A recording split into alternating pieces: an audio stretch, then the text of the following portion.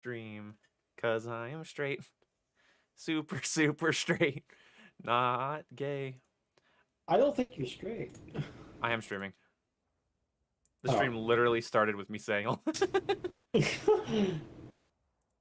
okay, let's share that in the Discord. Oh, I didn't load up Discord yet. Shoot, my Discord. My Discord, Jake. Diggered. My Discord. Hold on, I gotta close this. And open this. Dude, hey, what's up? Colin Corkin? I think that's right. Corkin? I'm gonna call you Corkin. Your name's Corkin.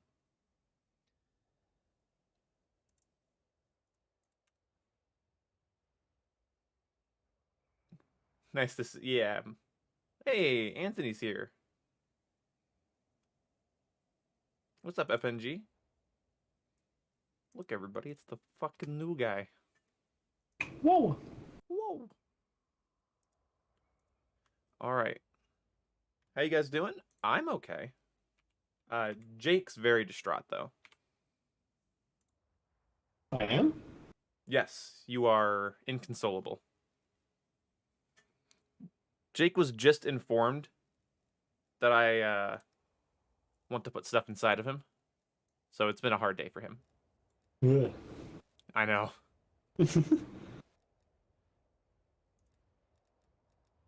Dancing in my room, eating Jake's ass. Get inside my lobby. Anyway, what's up, Ryan? Colonel Sanders, JCS, Green Patriot. Yes, it's Outbreak time. Why am I in the multiplayer menu? Force a habit.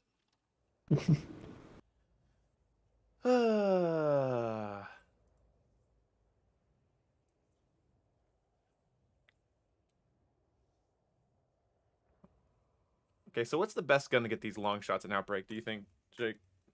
Probably the one with the least amount of range, so that it gets considered as a long shot more often. Oh, the LC-10 sucks in zombies, though. It has to be attack rifle.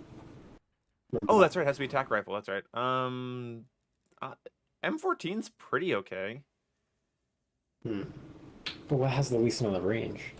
Because if you have the least amount of range, then it's easy to get long shots. It doesn't say, Jake. It says firepower, speed, accuracy, and ammo. Well, check the stats. It only says firepower. Wait, what? Well, then check the stats. Check your attitude. No. Yes. I will not. Okay, this has effective damage range 50 meters. Okay. Effective damage range 21 meters for the M16. Okay. 19 meters for the AUG. Looks like the AUG's going to win because I think the M14 is going to be a little bit higher range. 50.8, so they both the same. So, AUG. Alright. Doesn't the AUG suck in zombies, though? Probably. Oh. Okay. Aim high, feller. Aim high. Probably should put a little optic on there, eh? Probably. Get a little recoil control on there, eh? Probably. Get some armor damage on there, eh? Probably not. Really? It depends. We won't get armored zombies for a while. Okay, well, I'll do the rapid fire barrel then.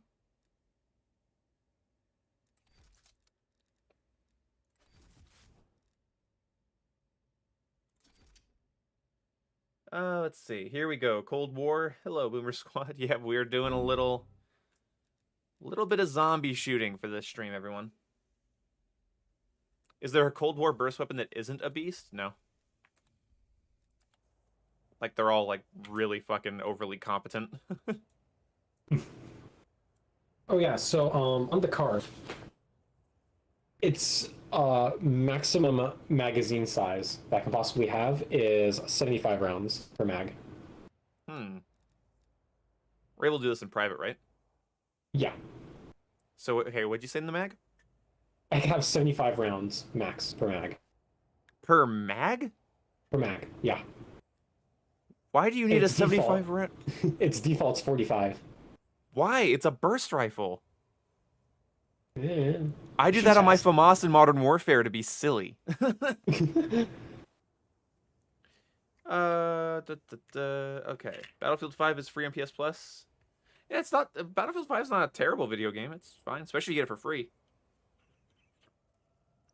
Yes, Trap, I get it. Let's see. Battlefield. Okay, is Battlefield 4 dead? Not really dead. Server quality isn't what it used to be, but of course the game's over fucking 7 years old. You know what's weird? Battlefield 4 and GTA 5 are like the same age. Roughly. Yep. Strange. Jake is naturally silly. Fair enough, Trap. Alright, Jake. No butt sex, alright? Alright. I don't want any butt sex. Strike team deploying in the OZ. Ready for tasking. What the fuck is an OZ? Energy researchers lost communication Operation zone. with the Cerium harvester team. Outbreak zone. My team Oh, that will works be en there. route, Dr. Strauss. Wait, you don't want long shots too, do you? No, I already have the CARV. Oh, well then fuck off then. I'm using it right now. Yeah, well stop shooting my zombies. It's already gonna take a while. That's If you all turn my right. 2-hour stream into a 4-hour stream, I'm gonna gut you in front of your family. Oh. Yeah. Oh, Ian, idea. Run away. I'm gonna hit the crate to start spawning zombies near the crate, and then you can shoot them and get your long shots. Alright, I'm trying to see where I can actually see the crate from. I'll get up here. This will be good. Thoughts on Dom and Cold War multiplayer? My experience with it? Usually very sweaty. Oh my god. Jake had spawned him over here? I haven't hit the crate yet. Well, I just Oh, got the a... Oh, dogs. it's a Hellhound spawn. Okay. Yeah. I thought you, like, spawned him and I thought it put it next to me. Hey. No, not yet.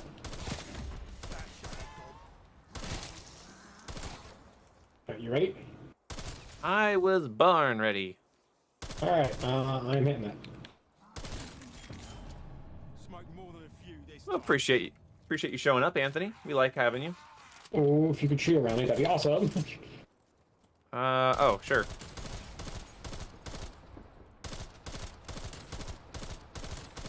Zombie long shot kill. Alright. Yeah, you're right.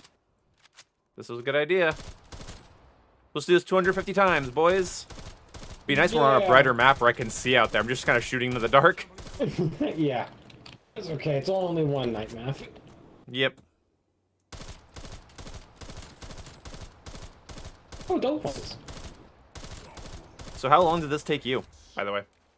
The 10 matches? Because I did the 10 matches. Oh, you said the multiplayer? Yeah, it took about 3 hours. Oh, okay.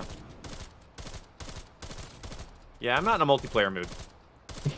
Not tonight. No. Yeah. Alright, I could use some help with the Tempests. Oh, yeah, that's right. I can barely see them. Yeah, they're very shocky. Yeah, I see the little energy glow around them. Shoot them. Oh, we gotta hit a fuck ton. There's 3. Is it 2 or 3? 2, okay. Tempest long shot kill. Tempest elimination. Lightning reflexes. Did it. Event complete. Nice. Jake, we did it. By the way, stream, let me know if anything's wrong with the stream in terms of video quality or audio. I think I was a little disappointed. Did you just get everything out of this? Yeah. Not this tomahawk. That's mine, baby. Yeah, no, yeah, everyone said that the audio was good last stream, and then I watched it back, and like the game audio was like way louder than us. Like you could hear us, right? But it was like kind of bad. Like overpowering? Yeah, it was like a little bit much, especially if there was like a streak or like an explosion. And then it was like really kind of annoying. Oh, what is this? Oh, free That's a grenade. Okay. Yeah. That'll be good in case I I'd need got it. to do main objective just so we can get to a brighter map. Yeah, a brighter map would be nice. Let's see, is this a long shot here? Okay, these are long shot ranges. Okay, that is Hey, just meters outside. away is that? Okay. Stop pinging the zombie game. There we go. It's like 30 meters. 30 meters? Okay. That's not too bad. Nope.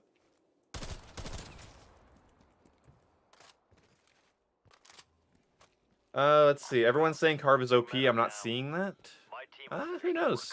I've heard it's pretty damn good. Your team proves less. It has a, if I recall correctly, it is a little lower damage than the other burst rifles, but it shoots way faster. Oh, okay. The minimap looks like Blackout. I mean, yeah, it's round.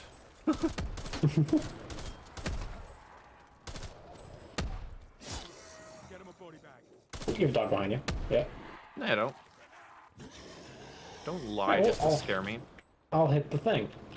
You should. Alright. Hit We're that running. thing. Ethereum and low I'm going for A. extraction rocket. Try to move with some vigor, strike. I'll go to B. Ethereum begins to degrade. Alright, sounds good. Hold by.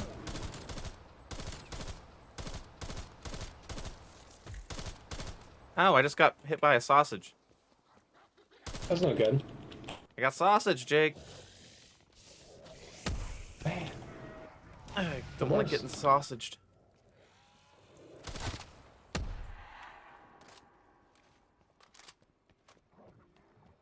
Have you tried out the ballistic knife? In Sticks and Stones, but I just don't really like it. I think it's awkward. It's got a weird fire rate, in my opinion.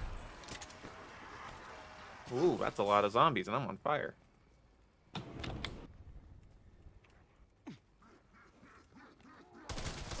There's a new help. That'll help. Alright, Alright, I got my caster. I'm about to have mine. Canister detached. Operator on the move. Do not be alarmed by restrictions to your movement or vision. This is common when handling Ethereum crystals. Also, the card has surprisingly decent fire. Can you move your mic closer to your mouth? Yeah, I can do that. Cool. There we go. Hey, Should we Boys go? Killer. I really want to get drunk and watch the Polar Express? What? It's so very weird. specific. That's very specific. I mean, you do you, but like...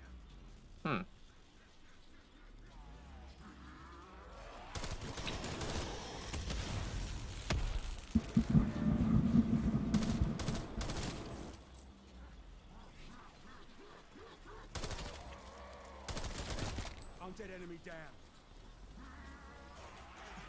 Eh. They're Are you trying gonna to make finger me. Oh, they're behind gonna- you, Mona. Pop it. I do have the thing. I thought it... Yeah. I didn't realize it finished charging. Yeah, I'll cover you. Alright. Boop-de-doop-de-doop-de-doop-de-doop-de-doop-de-doop. Alright, good. Your turn. Yep. Oh, it's still finishing up with yours. There we go. That's the last Easy. Dr. Strauss. Here, go for rocket launch. Requiem, Or go for rocket launch. I'm so excited. internal guidance solid check. Is that a monkey? Come Monkey doodle ass. Got it. Boom, have you played Near Replicant? Not yet. When I'm not playing, I have other games I'm playing right now, so I figured I'd just buy it when I have an actual free time to play it. But I've been spending my evenings playing with my friends, and not really in the mood for a single player game as I figured out. Anomaly site located. Activate the beacon to proceed.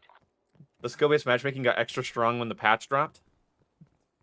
It always feels like that, but that's just because like more That's all the hardcore. Warzone players trying to get it unlocked.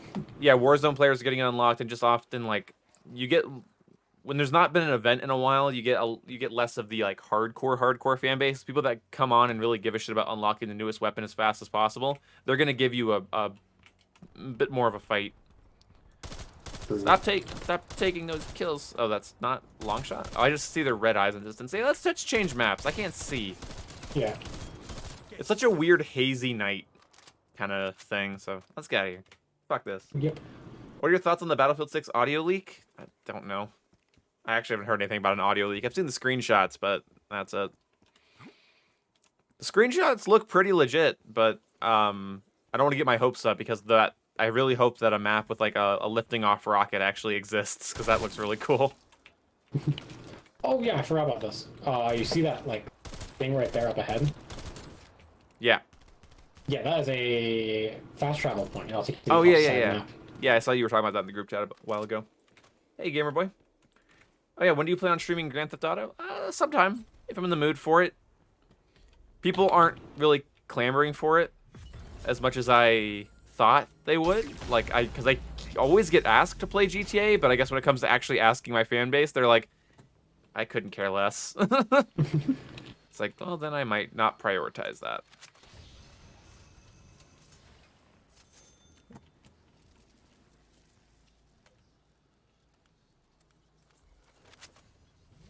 There we go. You used All the right. pack punch already?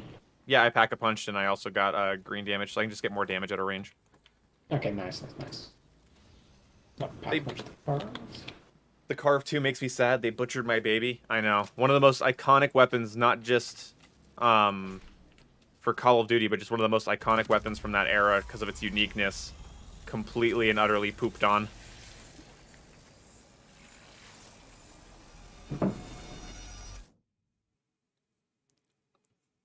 I went to get something to eat and seems like you started just as I left. Oh, well, hello.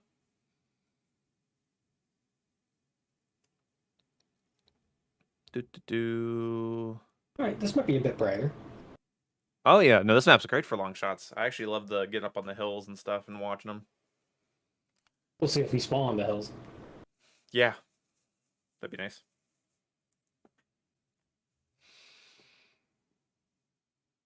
Oh yeah, RE Village comes out soon here, huh? Guys, Field ops, this is Shrouds. ECM satellite awaiting launch. Strike team, head to the coordinates and proceed with the ECM launch. Oh look, an armored zombie. Had that coming. ah.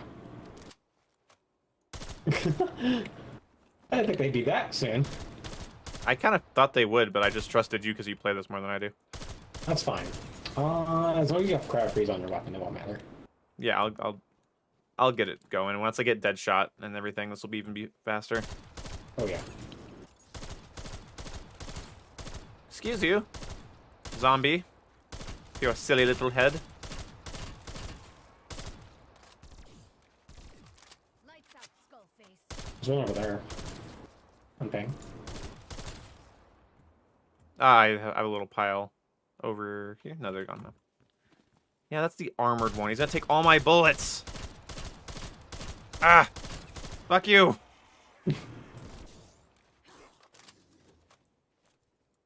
They're all like, they're up the hill. Go get them. There we go. Do you have any side objectives? I was just starting to use the M16 and they launched the CARV. The M16 apparently does better damage, just shoots a little slower, so. I still think that the game didn't need any more burst weapons. Yeah. Or at least a 4-round burst. That's the thing too, is like, it's not a unique, even though it's a completely fictional fucking gun. Like, they couldn't make it 4-round burst? That's annoying. Sad. Super sad. Super salad, dude.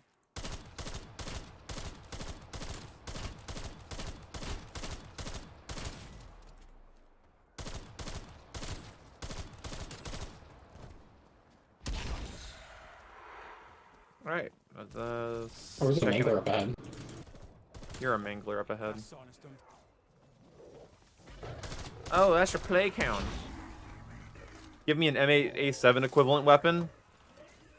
I think an M8 would be great in a game with 100 health, but an M8... Like, there's a reason that Black Ops 4 didn't have an M8 equivalent.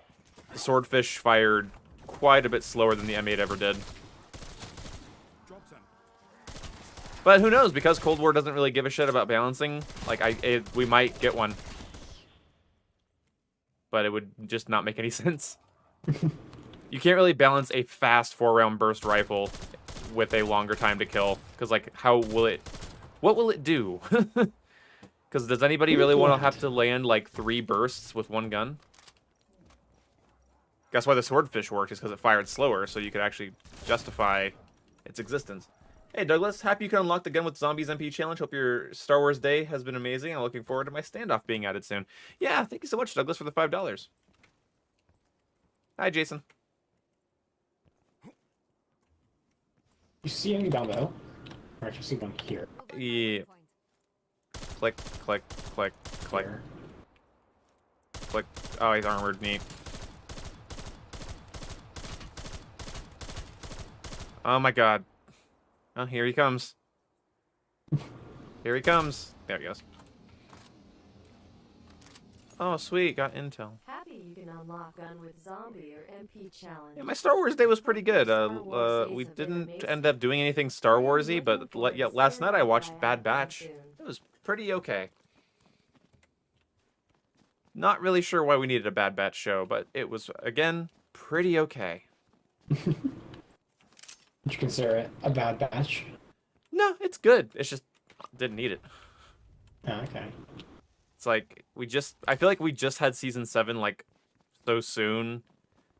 And it's like, I don't need more stuff. Like, how much more Star Wars content do I need between episode 3 and 4? I get it. The Jedi are getting killed. True. Empire taking over. Yes, I get it. Come on, you fuck, die. There we go. Slotted him. Like, honestly, I think that time period, just in general, fucking overused, overdone. Hey, Butter Toast. Feels like season 8 of the Clone Wars? Yeah, it does, and that makes sense. I mean, the episode literally starts out with, like, it's saying Clone Wars, and then that, like, burns away and switches to, Bad Batch. So, like, it's clearly, like, it knows what it's trying to do. And that's fine and all, I just don't need more stuff between episode 4 and 5. Or, sorry, 3 and 4. I want stuff between episode 4 and 5. But the stuff, like, after Revenge of the Sith, but before New Hope, like, I get it. I get it. I get it. I get Do it. you I'm get it? done. I do. I do. I don't need... I don't I don't know, man. I don't think I need... Let's see. Parts of Clone Wars Season 7, The Bad Batch, Fallen Order, Rogue One, oh, Rebels, the entire fucking show of Rebels. Undead slotted. It's so much, like, pre-Luke Skywalker stuff. It's like, no. Give me a fucking show where I can, like, actually watch Luke learn the Force. Because most of Luke's training is off-screen between episodes 4 and 5 and between episodes 5 and 6. We never get to see any of that. But oh no, I have to relive Order 66 yearly now. It's literally been an annual reliving of Order 66 since Fallen Order came out. Because you have Fallen Order, then you had Clone Wars Season 7, and then now you have Bad Batch.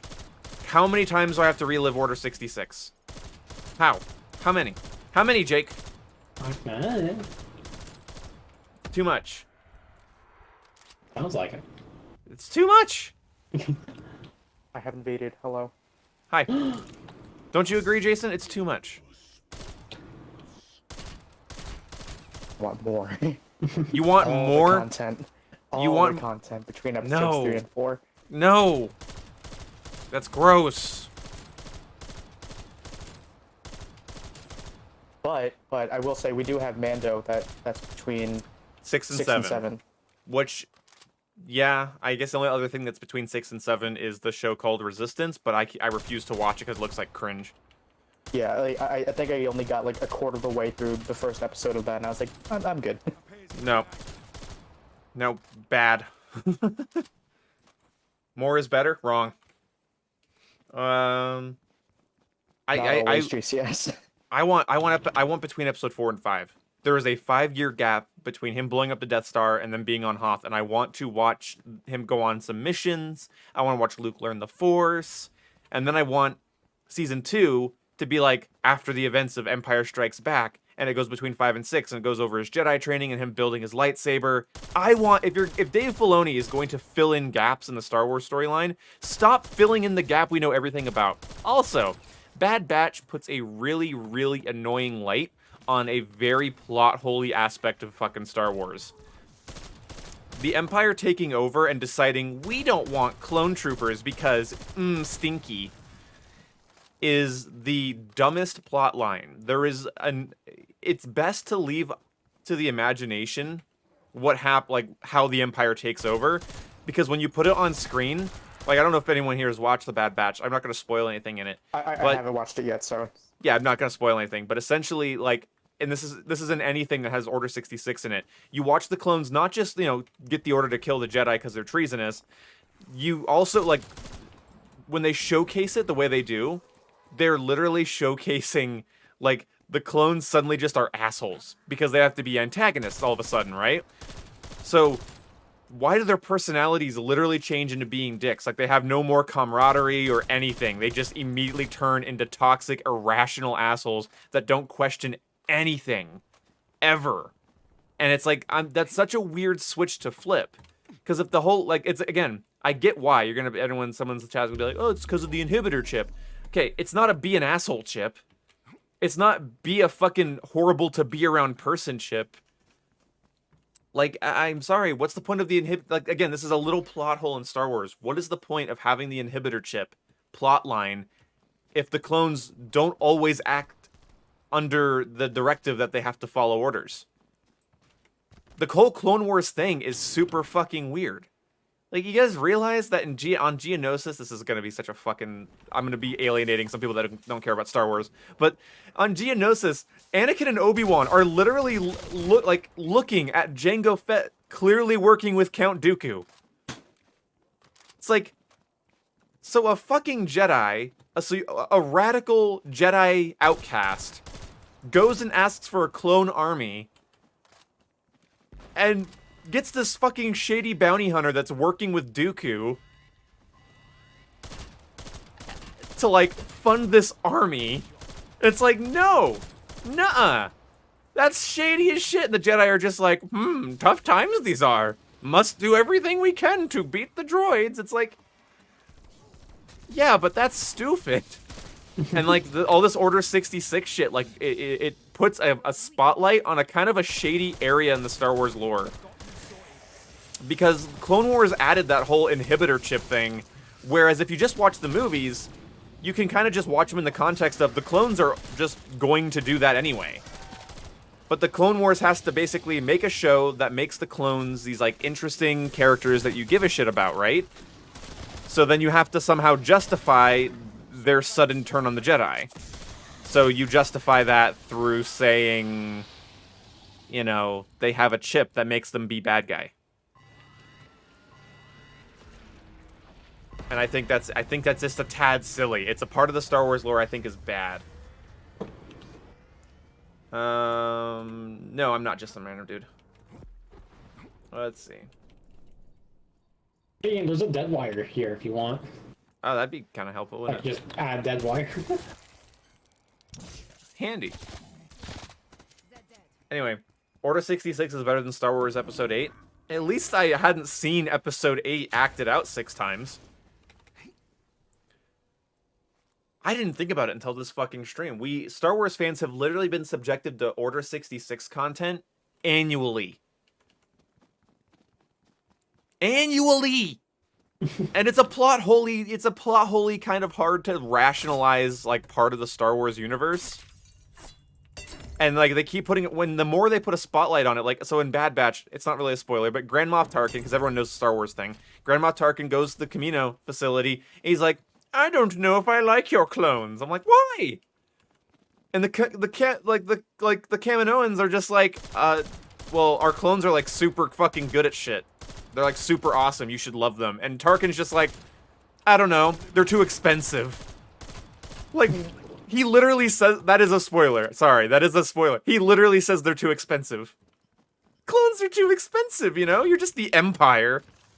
Like, it's stupid. I'm sorry, Star Wars fans. We're being fucking duped out of decent plot lines as Dave Filoni keeps trying to rationalize Order 66 and the decommissioning of clone troopers. If you just watch the movies, you can kind of just rationalize it your own way and fill in some gaps for yourself, and it makes visual sense. This isn't filling gaps anymore. This is kind of putting a spotlight on some weak storytelling. That being said, love the stuff.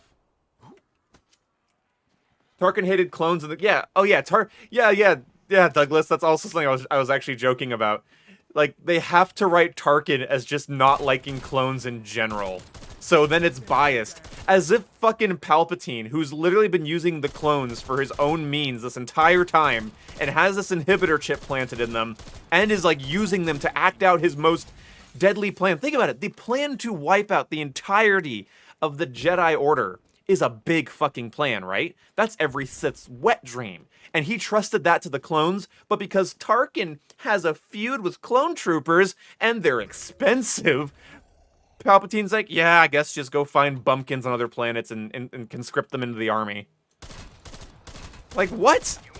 And then they consistently fail throughout the movies against anybody who's actually doing something. Like, the stormtroopers are not that bad in the movies, if you think about it. They actually do a very good job of, like, their missions for the most part. But because they ultimately failed in the end of anything except for the attack on Hoth, then, you know what, I'm just gonna say it. They should have brought in the fucking clones. Can you imagine, Jason, you're a Star Wars fan with me, right? Okay. Imagine how tied Luke's hands would have been if he had to go up against clone troopers. They have training for dealing with Jedi. But luckily for Luke, he had to deal with stormtroopers. Or idiots. Often. More so in cartoons than the actual media, but still, like, they're not going to be as good as clones, just, like, rationally. Like, so, when those little brainstem... They weren't trained since birth to do that. Yeah, exactly. And also, here's the thing, right? So you have that episode of Clone Wars where the brainworms infect the clones, and when they literally have to take down Barriss and Ahsoka, they say, we know how to take down a Jedi. Like, so even before they were aware of their programming with the chip, they literally were, like, trained to take down lightsaber and force-wielding people. There was a reason Darth Maul wanted his lightsaber when he had to face the clones, and he was annoyed that he had to do it with just the Force in Season 7. He was annoyed that he couldn't use his lightsaber because they'd actually kind of posed a threat to him. But it led to one of the coolest scenes in all Oh, of yeah. Clone Wars. Yeah, oh, it fucking did. Like, it's such a great setup. Now, I just think it's silly. It's a silly time in the Star Wars story. Doesn't the Empire already enforce slavery? It's not really slavery. They conscript people, but they mostly just control things through fear. Is mostly the Yeah, because I'm pretty sure like there's like a storyline in like a comic or something where the Empire did control planets or like systems that like were involved in like the slave trade. Yeah, they controlled those. And also Vader was not happy with it. Yeah, Vader's actually always didn't like that. They did enslave the Wookiees because the Wookiees posed a pretty serious threat to the Republic. Yeah. Or to the Empire. Yeah, what's that? Oh, you need to get to B. I'm at B. Oh. Establishing plasma field perimeter. But yeah, like the thing is, like Vader did a lot of bad things, but he was very Anti-slave. anti-slavery. Yeah. Yeah. Oh, gee, I wonder why. Maybe it's because that fucking Armenian alien that was trying to sell him and his mom.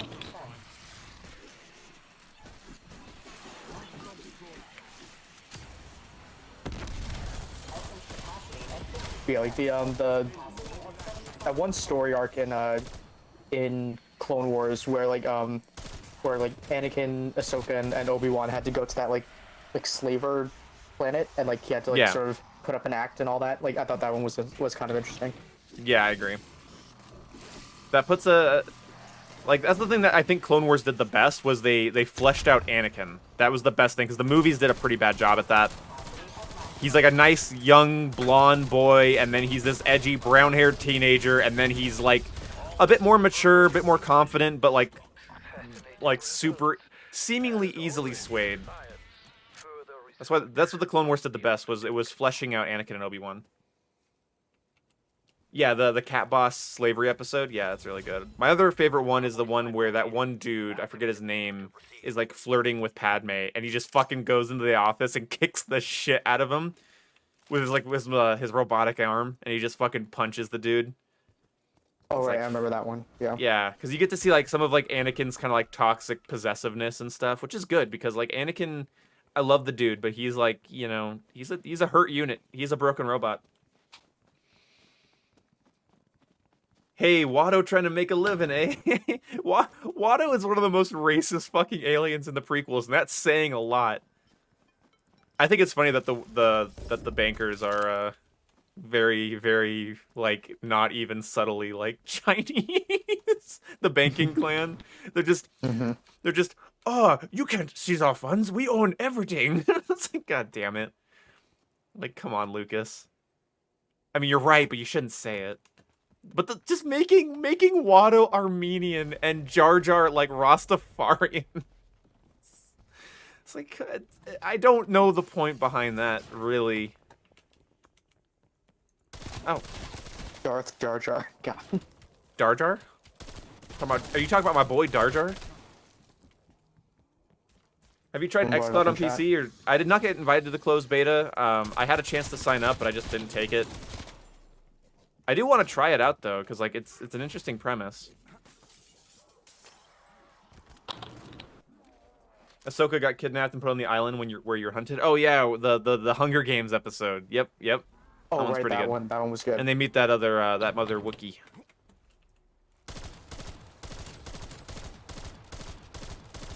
That's when Clone Wars plots, I think, were a little bit more like, I don't want to say well thought out. Like they're just a little bit more simple. What's up? Come here. Okay. See, Anthony. Let's see. Jar Jar's the best Sith. In the movies, he went from innocent child to genocidal dictator.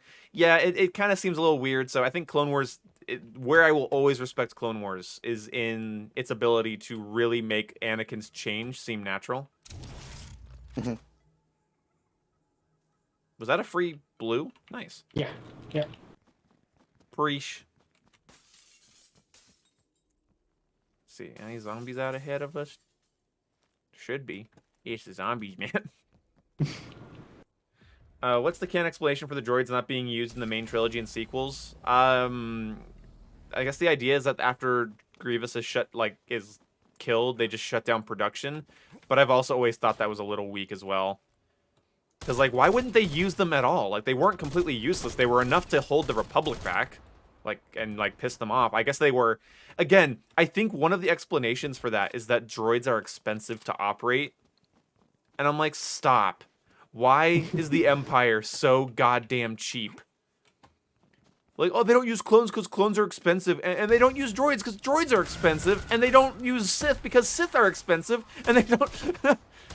Meanwhile, in like Mandalorian, like the fucking the poor, beaten down, already kind of like dying Empire has those fucking super droids, which Hey, just inflation happened. oh, that's right. I forgot about the infamous Star Wars inflation. Like I do remember. I think it was in Rebels where they found like a old like decommissioned like separatist Yes, base. that's one of my favorite There were episodes. still like old working droids in there. Yeah, that's the thing. That episode also puts a spotlight on a question that I don't know why Lucas never properly answered. Like, why would you just stop using clones and droids, Lucas? He really, honestly, to God, there's a better version of Star Wars out there where so you remember, I don't know, does anybody know the original plot for the Clone Wars? It was supposed to be Jedis being cloned and like basically having to fight themselves. Like there was literally a whole thing where there was going to be like a clone of Luke. And that's what the Clone Wars were. Like seriously, it was like this whole weird fucking thing. There's a world where that's what happens. The Republic's army is essentially stormtroopers, conscripted soldiers, traditionally, conscripted soldiers. And that means, and then like the move from Republic to Empire makes like a fuck ton more sense in that universe. In that universe, like the battle droids wouldn't have just been all decommissioned out of nowhere. In that universe, like I feel like everything just would have made a shit ton more sense.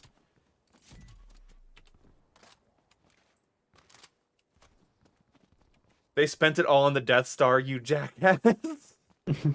Again, if they're the Empire, they don't spend it all. They literally control every fucking trade route. That's why smugglers were a thing. Like, people like Han Solo existed in order to get through the blockades that were moving supplies and money from planet to planet.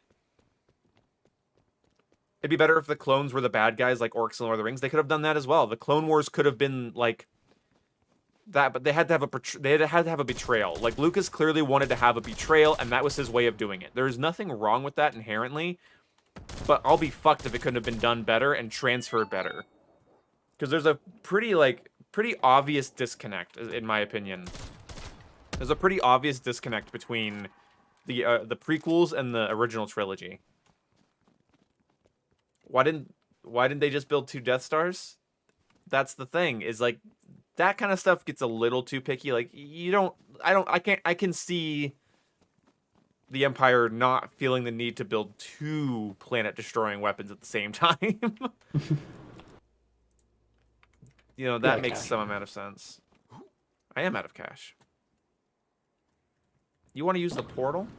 I mean, actually, how far you progressed? Clear your challenge already. I was about to check, actually. Nope, wrong.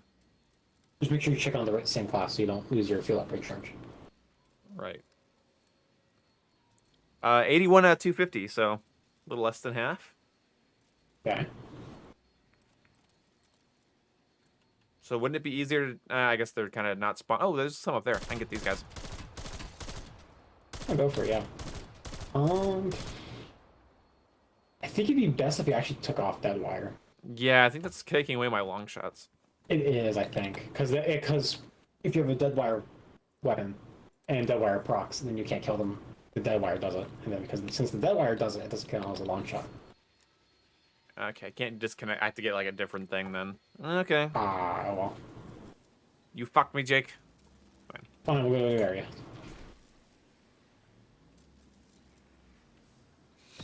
The brain chips and the clones and nobody figuring out Order 66 for a decade seems pretty Black Ops 3. Yeah, that's the other thing too. Like, how are the Jedi, like, the Jedi are working alongside these clones day in and day out, and they don't detect that there's like a level of like betrayal built into them. And that's the other thing too. That's already kind of, again, this whole thing is like kind of hard to justify. Like, is like you have all these different things I've mentioned on top of the fact that like Mace Windu and Yoda are like annoyed all the way through the Clone Wars about what's going on, but they never do anything. They like, because they're not a political arm, they just never take political action against the Chancellor, even though they start trusting him less and less.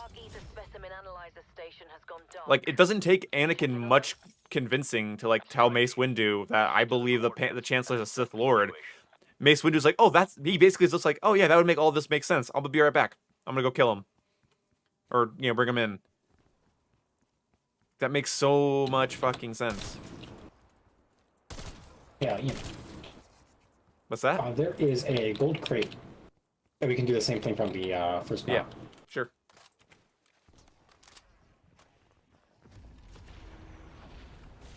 Yeah, like the thing is that like if Mace Windu brought Anakin to take on Palpatine, like things probably would have been over pretty quickly. Oh yeah. Oh yeah, the whole thing is a little weird. Again, Star Wars is not a perfect story. I don't consider most of Star Wars to be high art, super well written, Tolkien level shit. Like it's good. It's good. I think Star Wars is good. But I think the more spotlights we get on these little like between areas, the more you realize this doesn't make the most logical sense. And like it's easy to suspend my disbelief with Star Wars because it's Star Wars, but like at a certain point you do have to ask the question, like, does that make any fucking sense? Yeah. Oh, you're gonna need to look closely. I guess this is in the cornfield. I'm sorry? This is in the cornfield. Yeah, I can see through it. Okay. Oh, There's a lot of mix. Nonsense, Jake. Okay, that's a lot of heavies, but that's not anything I can kill quickly. Oh god. Ah, what the fuck? Yeah, oh yeah, the original, that's right, yeah, Lucas's original script, Rex and Cody were the Bad Batch. Yeah, I would kill for that, honestly. That's the one thing I'm actually hating about Bad Batch, is that, like, the entire time I'm watching, I'm like, God, I wish these were the clones I already liked previously, or, like, they were the Republic Commandos. Like, if the Bad Batch were just, like, a group of Republic Commandos, I'd be like, fuck yeah. But instead, it's, like, these really weird, genetically mutated, kind of almost, like, too cartoony. They're cool, but they're not. But Echo's in there. Echo's in there, but he's got like a robotic arm, and he's got like Yeah, the I know. Lobot thing, and it's a little weird. And like Wrecker is like the size of like a truck, and he's like just comically stupid. Deadwire is actually like cooking you hard. You're fucking me hard. At least I wish you were.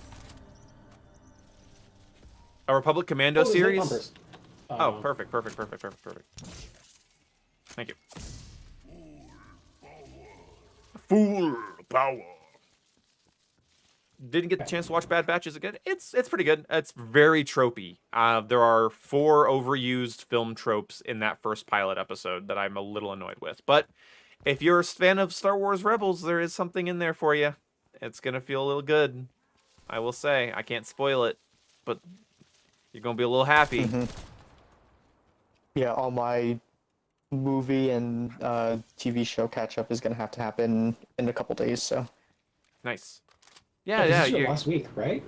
This is the last day. Is it? kind of. So tomorrow I have one last test to take, and then I got a short extension on one of my papers. So I'm probably gonna be working on that over the weekend. But after that, I'm done. Cool. Ow. Jake, he's hurting me. Oh, he's dead.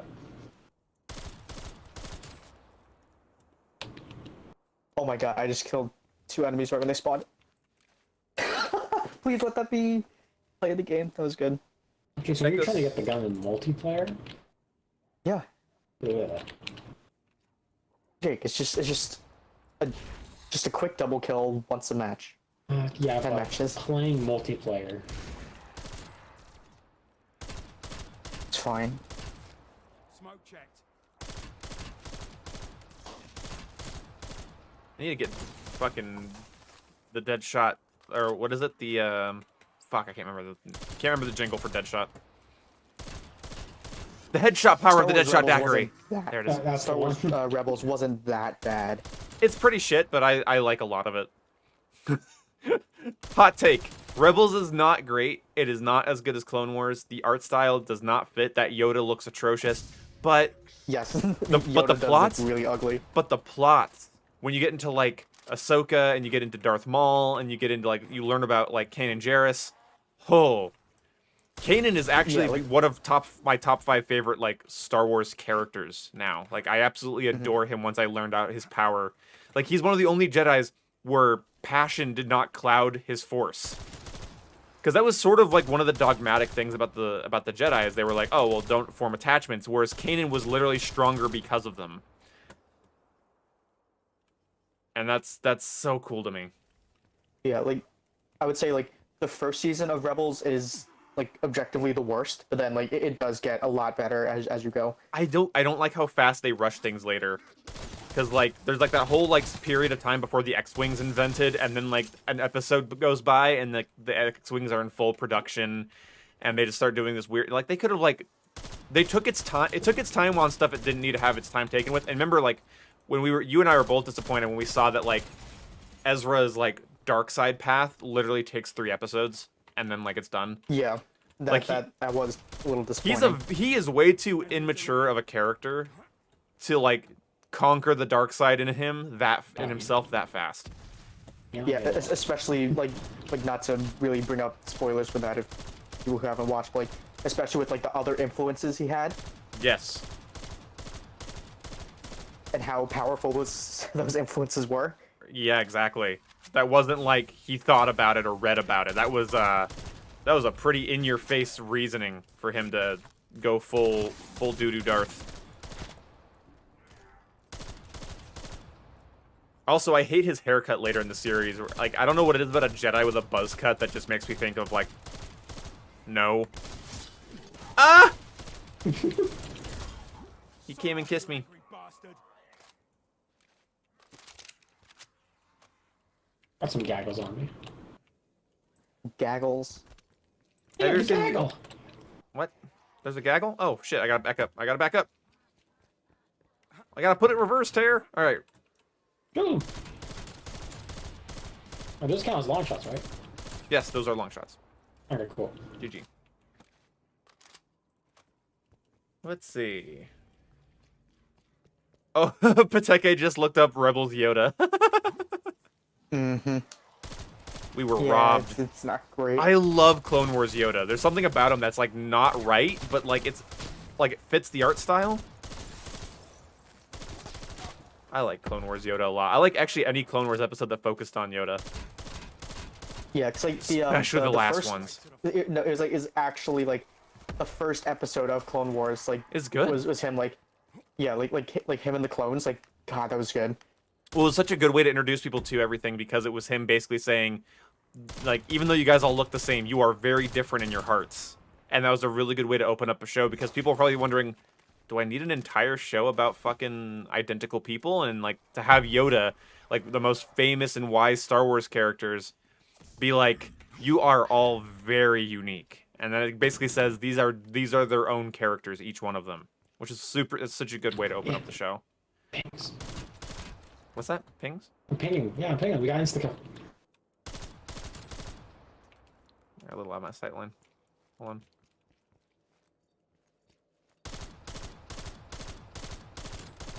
Got him. How many shots are you missing? Not to be rude.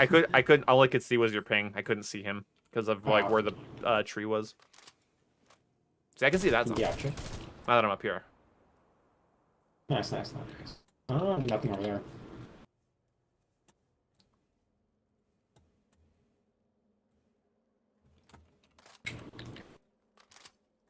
Holy, you were not lying about Yoda and Rebels. I know. He's atrocious. Yeah, he's a little gremlin. ugly. His voice is good, but he's a little gremlin. Your thoughts on Rambo being added to Cold War? I don't fucking care, really. I mean, Jigsaw's in Modern Warfare. They just Call of Duty just does that. I think it's silly, but I don't think it's bad. Oh, If anything, it's the most 80s thing they're gonna do. hey, I found a bunker. Oh my god, it's this Grand Theft Auto? You got a bunker? Where is your command center? Ooh. Let's There's get actually out just here. nothing down here. It's just Let's the hope we crafting don't table. get blown up by oppressors. Come on, Jake. Alright, stop. We Stop. gotta grind. Stop. You know what? I'm bringing this Panzer over because you did this horrible shit. Make you fight him. No, please. I missed. God, everyone in the chat's looking up Don't look up. Rebels Yoda. Don't look up Rebels Yoda. Worst mistake of my life. Yeah, the latency in Modern Warfare is a little sketchy, and I'm thinking, especially right now with people unlocking the new stuff in Cold War, the player base on Modern Warfare might be a little lower. Likely. So Yeah, just give it a couple days. yeah, because like I had pretty good connection a day and a half ago. Best day ever. Looked it up.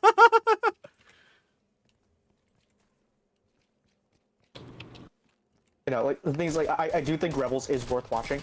It is. Yeah, if you're a huge Star Wars fan, you're kind of missing out if you don't, I think.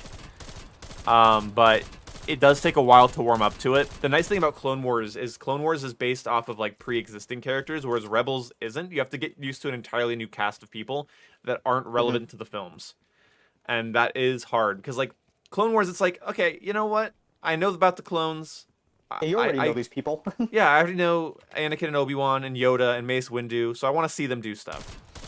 You know, I want to see Anakin and Padme's relationship. Whereas, like, if I was like, hey, Star Wars fans, you want to see what Ezra and Kanan get up to? And they'll be like, what? Who? Like, who? Exactly. And they're not wrong for asking. Because, yeah, they're not relevant to the films. Shut you gob.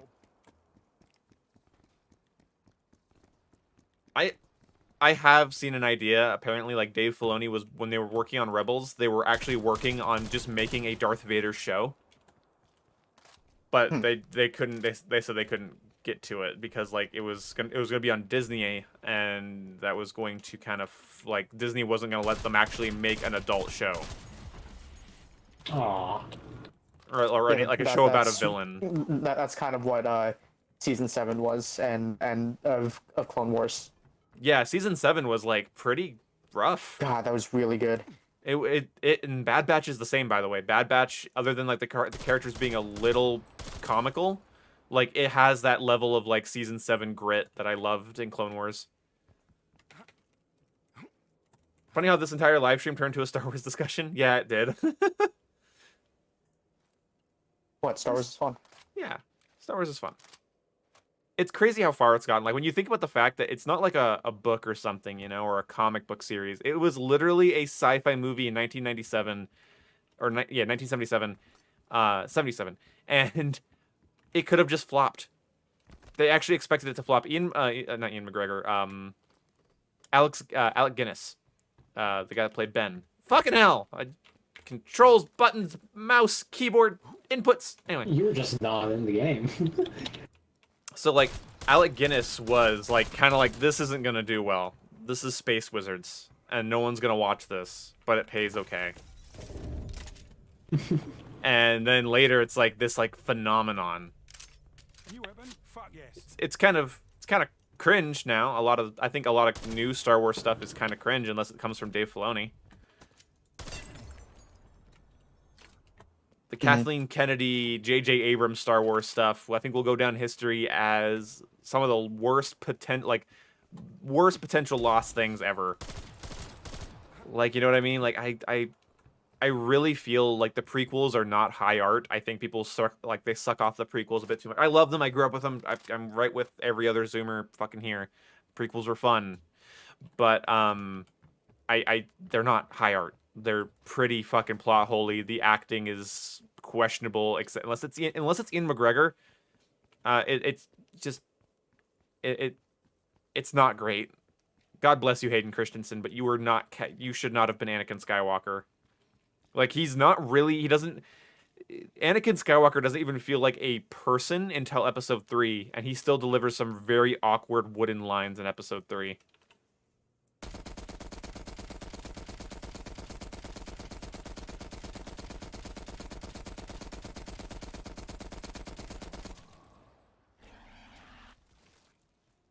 Prequels are bad. Most of the prequels are bad. I would say that the final scenes of Phantom Menace and the final scenes of Attack of the Clones are pretty damn good. And then I would say Revenge of the Sith. I think, honestly, Revenge of the Sith is just a good movie, in my opinion. I've rewatched it. I've tried to criticize it as I'm watching it, and I'm just like, this is a dope movie. Like, this is just a fucking ride. All the way through. It's not boring. Attack of the Clones and Phantom Menace are boring up until like the last 30 minutes. They're just not fun sci-fi adventures. And then episode 3 is this heart-wrenching sci-fi adventure. It's so good. It's so emotional. And where the acting needed to be good, I will actually say it's very good. Not the best, but it's so much better than it could have been.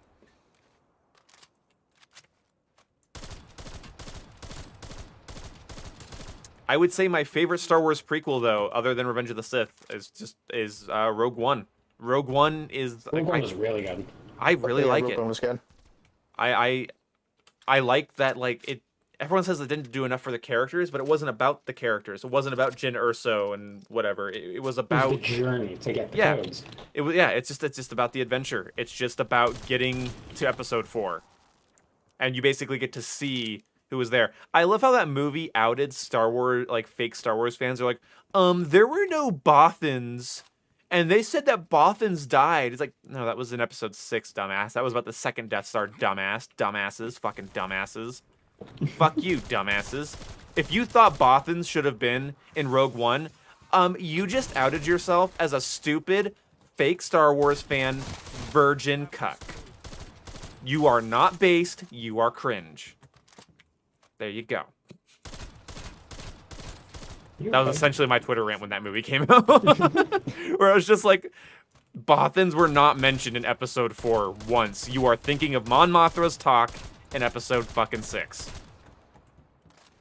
Very unpopular opinion. The Force Awakens is the best Star Wars film?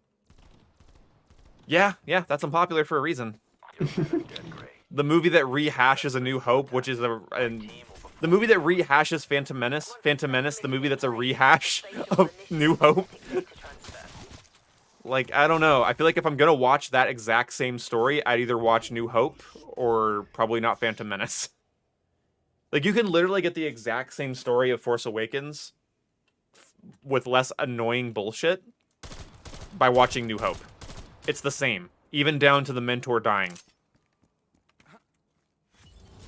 Seems this one's not quite dead. It's sending out a signal of some kind. But I absolutely fucking the one thing the sequel trilogy did right, and this actually is an unpopular opinion apparently. Fucking Adam Driver kicked ass as Kylo Ren. In fact, I believe all the acting was great and all the writing was shit, except when it had to do with Kylo.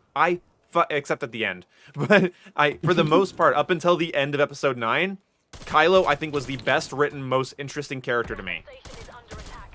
I think he honestly did a better job of showing confliction in the Force than Hayden Christensen did.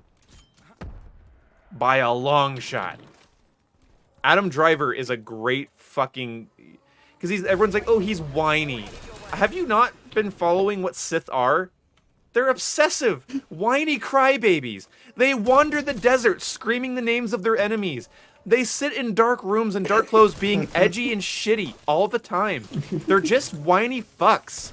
They literally can't work. There can't be more than 2 of them because even when there's only 2 of them, they still betray each other. They're awful. Adam Driver did a great job. As soon as so this movie's been out for too long. I don't give a shit. As soon as like Kylo goes back to being Ben Solo, he's not whiny. He's cocky. He acts like his dad. He acts like Han Solo when he becomes Ben Solo. When he ditches the name Kylo Ren and converts over back to the light side of the Force. I'm sorry. That is cool. That's how... And people like... These fucking fake-ass Star Wars fans, they're like... It doesn't make sense how fast Kylo changed. Are you kidding? There is less than 2 canonical days between the events of them saving the Chancellor and Anakin killing children. Do not tell me that is too fast. Also, like, about the sequel trilogy, I am so sick of people saying that Daisy Ridley or Rey didn't have any character development. I'm sorry, neither did Luke. Neither did fucking Luke Skywalker. Most of Luke Skywalker's training and coming to the Force is off screen.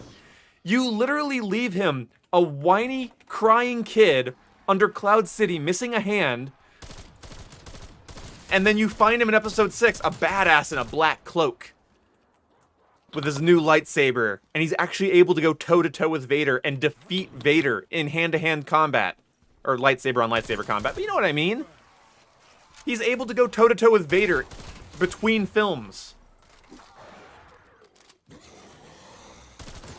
Like, no, don't pretend that, like, any Star Wars character gets enough screen time. They never do. You're dealing with, like, the concept of light and dark and going from good to bad. Like, you're not gonna be able to do that properly unless you have a show like Clone Wars, which really shows Anakin's, like, you know, catchiness to the dark side. Luke never even finished Jedi school. Yeah, that's true. He leaves, gets his hand cut off, and then in Episode 6 is like, I'm a badass now. It's like, I love you, Luke. Luke's one of my favorite fictional characters of all time, but let's not kid ourselves, all right? He's his son? Yeah, and who... And do you know who Rey is related to? Like, we already know the canonical reason that Rey is so gifted with the Force. Like, again, like, that makes sense. Vader's mission wasn't to kill Luke. No, it wasn't to kill Luke. But Luke could have killed Vader. Very easily. Get out. And that's not the rule either. And that's the thing. So the rule of 2 wouldn't... It doesn't make any sense for Luke to cut down Vader. Luke should have cut down Palpatine. That's the way it's supposed to go, but Palpatine still wanted complete power. Like, yeah, at first Palpatine's like, strike me down, kill me in your anger, and your training will be complete. And your transformation will be complete once you strike me down in anger. But then afterwards, when he's about to kill Vader, Palpatine's like, you bitch! Okay. Rey still sucks, though? No, she doesn't. I'm sorry. The plot is a little bit fuzzy, but it's Star Wars. All of the plots are fuzzy. Like, once I got older, I realized Star Wars is just not high art, and that's okay. It doesn't have to be. It's okay.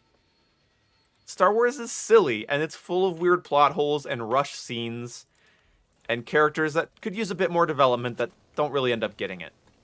That's just how it is. Once you accept that, you'll be a happier human being. I'm not even... What's your long shots at? Don't know yet.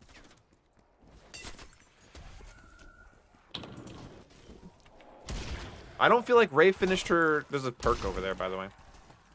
Oh, you want to go for it? No, I already have it. I just bought it, actually. Which one? Speed Cola. Wait, oh, I don't have that. Nice.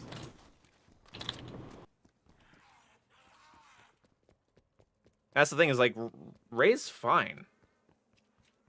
Yeah, so like, I get Ray doesn't feel like a real character. That's not a real criticism. That doesn't feel like a real criticism. I feel like Rey is just as much as a character as Luke is or as Anakin is. She's fine. She has a right to exist, and she has you know, I don't know. I don't feel like Star Wars has ever handled that well. So whatever. Like Scavenger her whole life, but then nothing related to that. She uses her knowledge as a scavenger quite often in the story, and also it explains why she was left on that planet. Like it's already all explained. It's more fleshed out than at the time of the original trilogy. Luke was less fleshed out than Rey was. And also, excuse me, why would you hide Vader's son on Vader's home planet? Because he hates sand. He wouldn't want to go back. Right. That's right. I'm not picking on you, Jason. This is not directed at you, what I'm about to say, but Star Wars fans like to use memes to fill plot holes they're not comfortable with. That's a plot hole. Why would Vader not check that? Funny. It's funny. It is hilarious. It is. It genuinely is. But why wouldn't Vader just be like, you know what? Obi-Wan probably took him back to my place. He knows I hate it there. Rey is basically a fan fiction character. Yeah, you only if Luke and Rey were swapped and you grew up with Rey and not Luke, you'd say the same thing about Luke. She doesn't feel like a fan fiction character. She's literally a fucking Palpatine, brimming with power, who's being called to the Force because the Force is completely out of balance. I'm sorry, that's the most Star Wars-y plot I can think of. Down to her lineage being the bad guy and everything. Like, it's silly, but so is everything else. Like, why didn't... it's a good thing Obi-Wan got knocked unconscious at the very beginning of the Count Dooku fight, so Obi-Wan just happened to not witness Anakin fucking behead him for no reason. Like, I'm sorry, it's all silly. I adore it to death. It's one of my favorite fictional universes. But it's all silly. Yeah, because like the whole thing in like that thing where Anakin kills Dooku is like, I shouldn't, and then like, yeah, he's like, I'm not going to do this. I'm going to do this. Wait, what is this? He's like, Luke. Wait, no, shut up. No, God. shut up. Luke earned his training victory. Rey just existed, had the Force. Yeah, Rey never trained. Rey never fucking trained. Last Jedi didn't. Yep. In episode 8? Yeah. Like at the very start, he's training. Yeah. And this yeah, and the time in between case episodes 8 and 9, what was she doing with Leia? She was training with Leia because we found out that Leia was a Force user. That scene made me fucking cry. The young Carrie Fisher and Mark Hamill training in the Forest scene made me fucking cry. I thought that scene like visually looked kind of weird, but I thought that was kind of cool. But so was the end of Mandalorian. I mean, it's deep fakes, but yeah, it was cool though. So anyway, no, but here's the thing, right? So Rey's parents, no, they weren't failed clones of Palpatine. No. So no, this is silly to me. They were related to Palpatine. Because Palpatine around the time of like between episode 4, like episode 3 and 4, like got busy with somebody is essentially what it means. I do wish that okay, but in case you guys missed the point of episode 8, I'm sorry, this pisses me off. She's literally training, but she's strong with the Force but uncontrolled, right? And what does Luke say? I felt this raw power once before. I felt this power once before. The whole point of that training was to realize that, yes, she is a little unhinged, for sure, but she's super powerful. She scares Luke because he detects Palpatine's lineage in her. Like, what the fuck?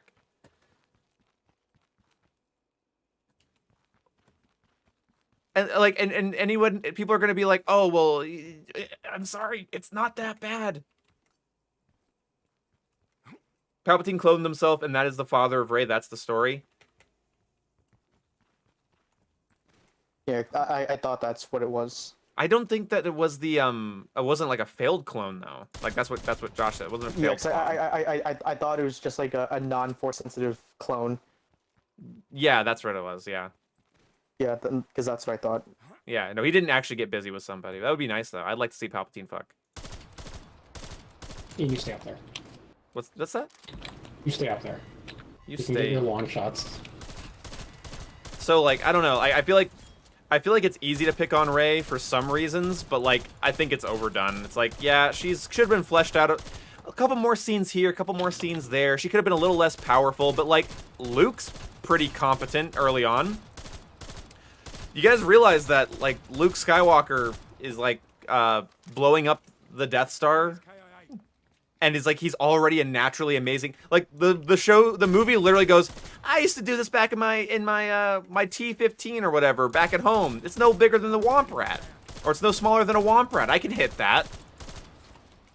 Like it literally just says Luke is already a good pilot, and you never see it until he blows up the Death Star.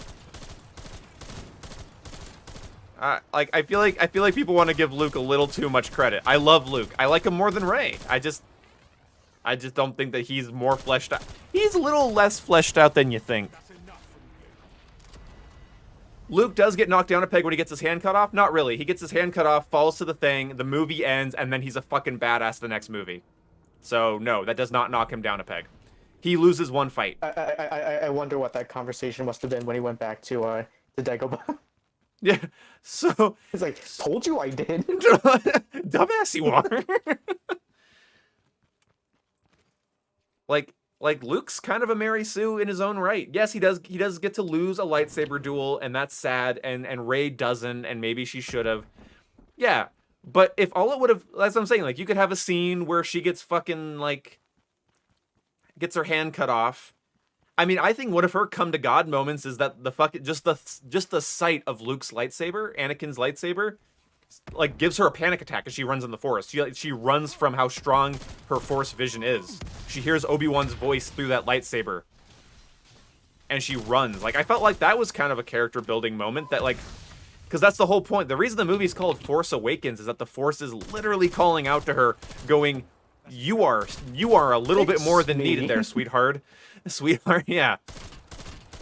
Like, this is... shit's not good.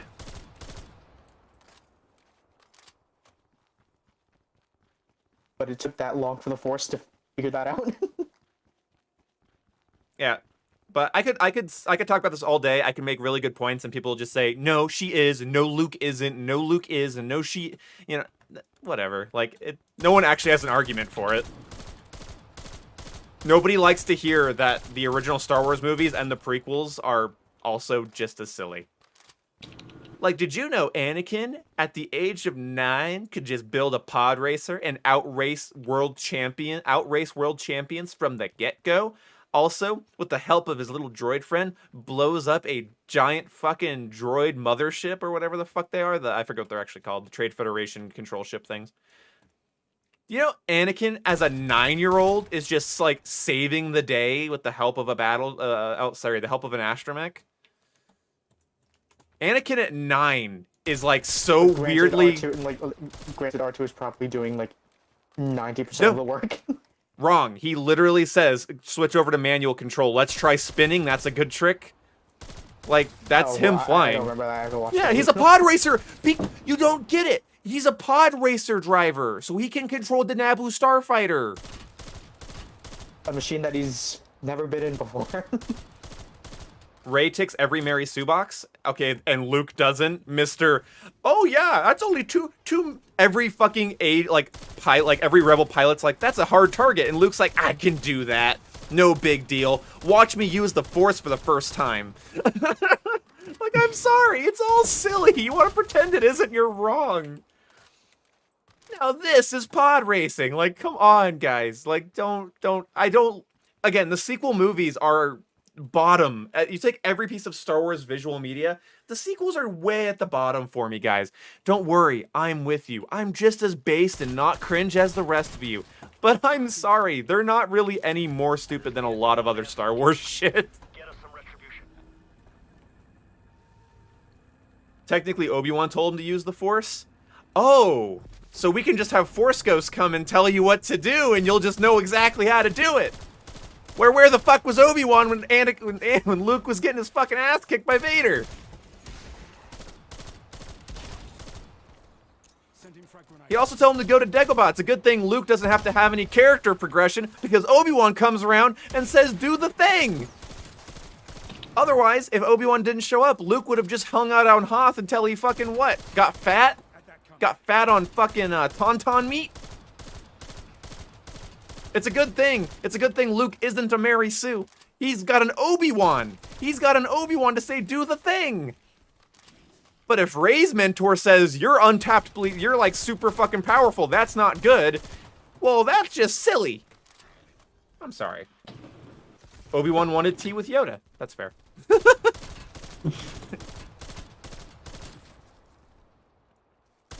It's all silly. But one of the cool things that the sequels did was the Force Skype call, and like the whole thing with like how they used it at the end. I thought that was really interesting and creative. Yeah, I kind of like the Force Skype call. I don't hate it. Yeah, because when the thing happened at the end, I was like I remember watching it. Like I think it was in the theaters. I was like, oh, no way.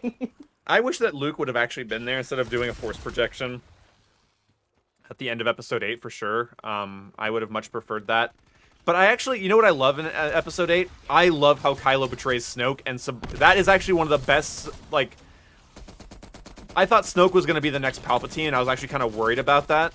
And I like that Kylo just goes, no you, and reverse Uno cards him.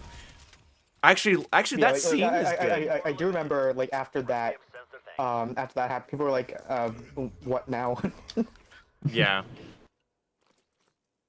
Let's see. Well, Luke's character development moment is when he chooses to go to Cloud City and save his friends instead of continuing straying on Dagobah, and then straight up loses. Yeah, and that loss impacted the end of the film, but not him. Like, I know it's easy to, like, fill in that, but that gap's never been filled in. So you see him lose, and then he is an immediate, confident, shady badass who doesn't fear Vader. Like, he has a little moment of fear when he detects Vader on a ship. He kind of looks down at his hand and goes, God, I hope I don't lose this again. But he's literally talking to Vader nice and confidently. All of that character development you're talking about, Altair, is off screen. Sorry. You see him at his lowest, that's true. And then, but usually character development ends with him like on like the like hospital ship thing, and then he's badass. Right? Yeah, it ends with him looking off in the distance, and then he's super badass right after. So yes, you do see him. Okay, is it character development if you see a character at their lowest at the end of one movie and is perfectly fine, normal, okay, awesome at the beginning of this next movie? Like, I'm sorry, that's not character development. It's implied character development. And again, I would have loved it if Rey was like gonna fight off some stormtroopers and then just gets like shot, or something like that. Just like loses access to like her lightsaber or whatever. And that's one thing, like, Anakin would like fumble his lightsaber and like lose it. Like, he loses it twice in Attack of the Clones. I think in Clone Wars he loses it a couple times. He always loses it, and then he gets on Ahsoka for losing it, and I like that. Again, like, I'm not saying it couldn't be. It's always the joke with Anakin. It's like how many times have you lost this? Yeah, that's the thing. Trust me, guys. I am. Okay, sorry. I'm gonna interrupt myself. Have you seen like the little comic that somebody drew of like Anakin going to Ilum with the other like the little kid Padawans to get another Kyber crystal? And each time he has to go through that entire. You remember that whole plot where like they have to go like find their Yeah. crystal? Like somebody drew him like as an adult, like hanging out with the kids, like grumpy, and Yoda's like, nope, you have to go through the whole tour, like every time. So every time he lost a lightsaber, I he had to haven't go. seen that comic. Yeah, I gotta That's find funny. that. I'll send it to you. Stay with the rover. Ian, how's the long shots going? Dimensional entry point. I don't know if you're getting that many. Oh, I'm getting tons. Let's see. Yeah, 143 out of 250. Oh, okay. Well, you'd be If done I'm- by now. Yeah, that's off screen. Yes, yes. After episode 5, Luke does go keep training, and he becomes a super badass overnight. As But if you don't see are, that. but you don't see that. So Rey, after the whole interaction with Kylo, and deciding that she doesn't want to go do the Sith thing, and after she picks up the rebels, like she trains off screen. Guys, she's got character development off screen. She trained for like a long time. Trust me. I'm sorry. Like I think it's a little silly, guys. Luke and Anakin, they needed to train. Rey didn't need to. Yeah, again, she should have had her ass kicked once, but she did train anyway. So Yeah, but if Rey didn't train at all, then what was happening in the beginning of episode 9? yeah, again, you see Luke lift some rocks in boxes, fail to lift the X-wing, and then Hey. I just Ah, yeah. I might need to go. Why is that? I got a phone notification that there's a 6.0 earthquake about 100 miles away. Well, when it gets less than 100 miles, then you should worry. Mm. Oh, hey, it's Monkey. Are you gonna go right now, or are you gonna wait and see what happens?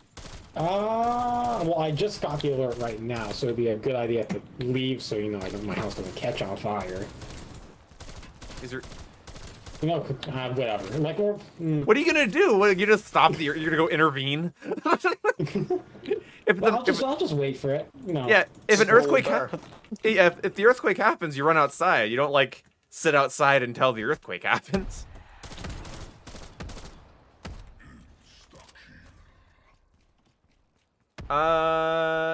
Okay, wrong, actually. In episode 7, she was using the Force pretty easily. She literally, no. She's not using it easily. She tricks one stormtrooper, and she fails the first time she does it. Okay, let's be accurate here. And Kylo is literally depicted as somebody who's not very good. He's literally called a sniveling child. So Kylo did not scare Luke because of his raw talent. Kylo literally scared Luke because he was talking to Snoke. That's why he scared him, not because of his raw potential. That wasn't why he was scared of Kylo. Kylo was not that good. He was literally made fun of by Snoke as being a piece of shit. He wasn't like, okay, so like think of like the Emperor and Vader. When it comes to the Emperor and Vader, Palpatine's like, yeah, Vader, I'm so glad I got you, homie. You know exactly what to do. And Snoke's like, Kylo, you little shit. Like, that's the different dynamic. He's literally conflicted in the Force. Okay, are you dying? Oh, he's gone. Is he? There better be an earthquake happening. He can't just. You don't preemptively leave when an earthquake is 300 miles away when you live in California. You wouldn't get anything done. Well, whatever.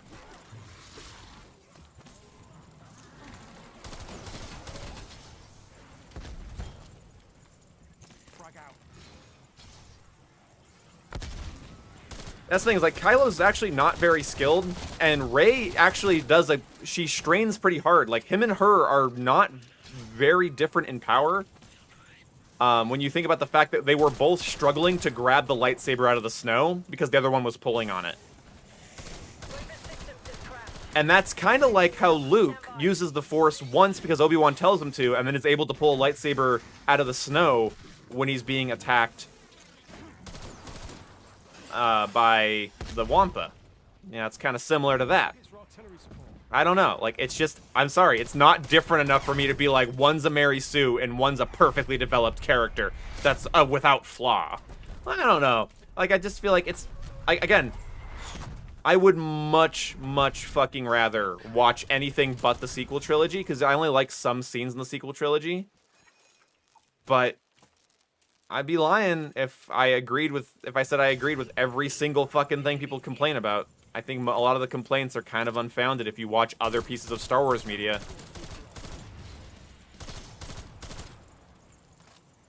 Because he had motivation. Yeah. Rey Rey being kidnapped by a stormtrooper had no motivation. Rey being chased by TIE fighters had no motivation. Rey on Starkiller Base as it's being torn apart from the inside had no motivation to utilize the Force and survive. Like, no. I'm sorry. Stop. It's embarrassing. I'm sorry. You can't convince me. You can't convince me that it's not, like, if it's not equally silly, then, like, equally fine.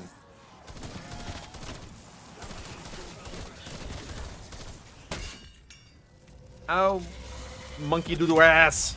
Payload is through. Dr. Gray, what's the status? Scanning. Successful data link established. We're receiving Yeah, he was afraid of his mental instability and his contact with Snoke. That's what he was scared of, exactly. He wasn't really scared of Kylo's strength. Rey downloaded Kylo's skill so he doesn't train. Quality writing. She doesn't download Kylo's skill. Get your Og Golden? No. No, that was later. Why did she join the Resistance originally? Because she's a good person and she doesn't like the First Order. And she had heard tales of the Jedi and was kind of awestruck by them. Like, duh. She knew Luke as the hero of the rebellion, so it would make sense why she would join the Resistance, especially when the alternative was staying as a slave on a junk planet. Like, what are you saying? Yeah, and also, like, Rey's, like, main, like, token object on Jakku was a rebel pilot helmet. Yeah. And also here's the thing, too. You're saying pulling a lightsaber out of the snow is not the same thing? They literally both pull lightsabers out of the snow, and she literally fails the first time. She tries to mind control a stormtrooper. She fails, and the dude's like, no, go fuck yourself. She knew that she was force sensitive because of what the lightsaber did. That the whole point of the main character in Force Awakens, by the way, is the Force. That's the whole thing in that film. Is that the Force is literally calling out to her. And is calling out to everyone. It's causing a bit of an issue. The Force was completely put out of balance, and that's why she needed to do the thing she needed to do. She's kind of a vehicle for that situation, and you find out why later on. It's not that big a deal, guys. Yeah, and that's the thing too, is she literally is wearing a rebel helmet when she's just chilling in her downed AT-AT. The Battle of Jakku is a story they literally talk about, and she literally fetishizes the rebellion, and not fetishizes, like fangirls over the idea of Luke and the rebels, and how they defeated the Empire, and how the First Order came up is kind of beyond her. She doesn't really understand how that happens, and, you know, Han Solo kind of fills her in. Also, one of her big moments is seeing Han Solo die, in the same way that one of Luke's big moments is seeing Obi-Wan die. Luke, through Obi-Wan's guidance, uses the Force to guide the torpedo into the Death Star. And Rey, with some trial and error, is able to mind control a fucking stormtrooper. She's a great pilot. Luke was a great pilot. You never see Luke trained to be a good pilot in like episode 4, and he just says that he is, and you just agree with it because you grew up with it. It's fine. I think Luke is miles cooler. I don't like Rey very much. I wouldn't buy a Rey action figure. I wouldn't have a Rey poster. It's just people's critiques are wrong. I feel like saying the Force did it goes against writing. Well, then you must hate how the Death Star blew up. And why Luke went to Dagobah is literally because Obi-Wan shows up as a Force ghost and goes, "Ooga booga, go to the place."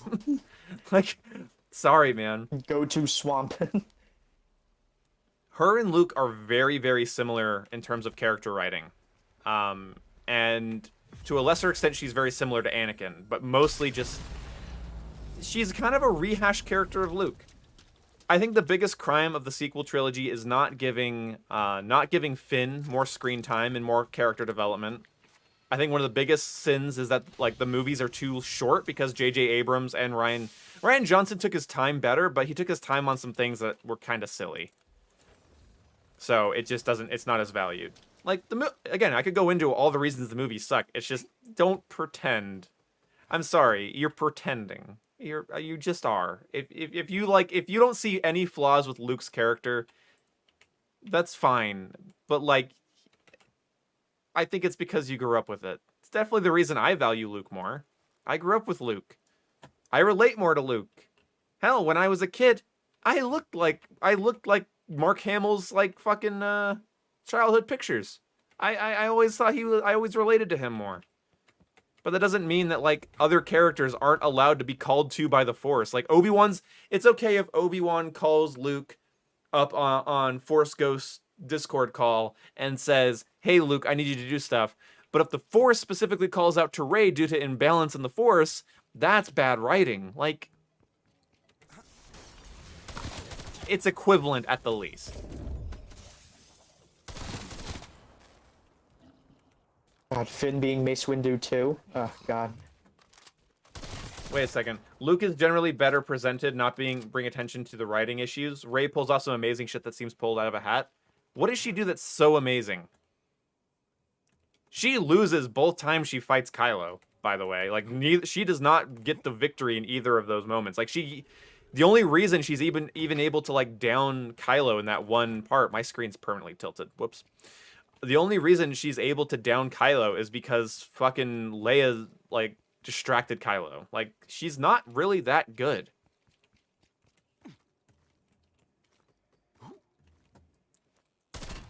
I think Star Wars characters are just sort of loosely written in general. I think it's hard to say otherwise. A lot of Star Wars stuff is kind of circumstantial, kind of silly, kind of overly convenient, and that's fine. That's how Star Wars is. That's how Kingdom Hearts is. I love Kingdom Hearts too. No, she doesn't. She kicks his ass in the first fight and cheap shots him in the second one. Yeah, after he got shot by Chewbacca. So I guess Vader's a bitch for tripping in Episode 6. Jason, you ever think about the fact that Vader trips in Episode 6? He literally stumbles backwards and then just falls over. And he's like, I'm being attacked. You're Darth fucking Vader. Throw his punk ass. I don't remember him tripping. Luke is like clashing down his lightsaber so hard that Vader just like basically trips backwards and like holds onto the railing for dear life. Like, since when, Luke? When did we see you train how to fucking take one of the most powerful Sith in the world and knock him on his ass? You could say Vader wasn't trying to kill Luke, so that's why. But does that mean Vader also falls around and is out of breath and gets his arm cut off like a bitch? No. No. Vader literally falls down like a bitch. Palpatine's using the Force to suck his energy. Ah, that's right. In the same way that Palpatine kills Padme through the Force, right? Or did she die of sadness? It's still unclear. Like, come on. I like the idea that Palpatine reached out through the Force and killed Padme in order to finalize Anakin's transformation versus her just dying because she can't, like... I mean, yeah, grief-related deaths do exist, but they look stupid in film. Luke's messed up his father's I remember watching he messed up Vader's video, making fun of pacemaker. Padme dying. Yeah, like, I'm so sad. Dead. Dead. Rip. Well, I think the death makes some sense. I know. Again, like, imagine you're going into labor and you just found out she can't survive because she doesn't show up. Yeah, I know. But imagine this: you're having children, and the father of those children is a fucking genocidal murderer who killed younglings. She's literally hyperventilating on Mustafar. Like, it would make sense that her body wouldn't be able to hold the stress. That does actually happen in real life. But in movies, you can't justify a Star Wars death because sad. Don't you think Rey should have struggled more in their first battle against Kylo? Kylo was shot in the ribs! No! And Kylo, I already said this. Kylo's a fucking moron. Kylo is weak. Kylo is weak. He's literally like, Snoke's like, you're a disappointment, kid. Why can't you... Even Snoke asks him, why the fuck did Rey kick your ass, dumb shit? Like, he's literally so conflicted. That's why he's so powerful at the end of 9, is that he's not conflicted anymore. He's full-on Ben Solo. When he goes full-on Ben Solo, he's not conflicted. I know what I have to do, but I don't have the strength to do it. Literally... He had to wait for Han Solo to hold the lightsaber. He couldn't kill his own dad. That's how little of a Sith he was. Siths are at their most powerful. Any fucking Star Wars nerd should know this. Sith are at their most powerful when they're not attached to people. That's why Padme had to die. If Padme didn't die, Anakin would have a weakness. You see Darth Maul hanging out with friends? No! You think Darth Maul has friends? Darth Maul's strong because of his loneliness, his sadness, his agony, his physical pain. Darth Maul was able to bleed not one, but 2 Kyber crystals. Why was everyone so incompetent in the sequels? I don't feel like anyone was like that incompetent. I feel like there's some like really... They do some dumb stuff, but I don't think too incompetent. As George Lucas would say, it's poetry. Yeah, it's a recurring theme. Lucas calls his... I love Lucas to some degree, but my God. The fact that he calls his... Every writer has reoccurring themes, but Lucas calls it poetry. It rhymes. It's like, no, it's a reoccurring theme, you dumbass. Why did Kylo become a Sith again? Well, he didn't ever really become a full-on Sith. But the reason he went to the dark side was that he, basically like Anakin, he just kind of got groomed. He got long-distance Discord groomed, and then Luke says his biggest failure was attacking him out of fear. Luke had kind of created a bit of Luke kind of created a utopia, in some sense, with a Jedi Order that's more balanced, because Luke dug up the sacred texts and learned from the faults of the Jedi. And Luke was trying to fix those issues. Luke was trying to I'm gonna have a Jedi Order that isn't dogmatic. And Luke's Jedi Order actually was able to have people were allowed to form attachments.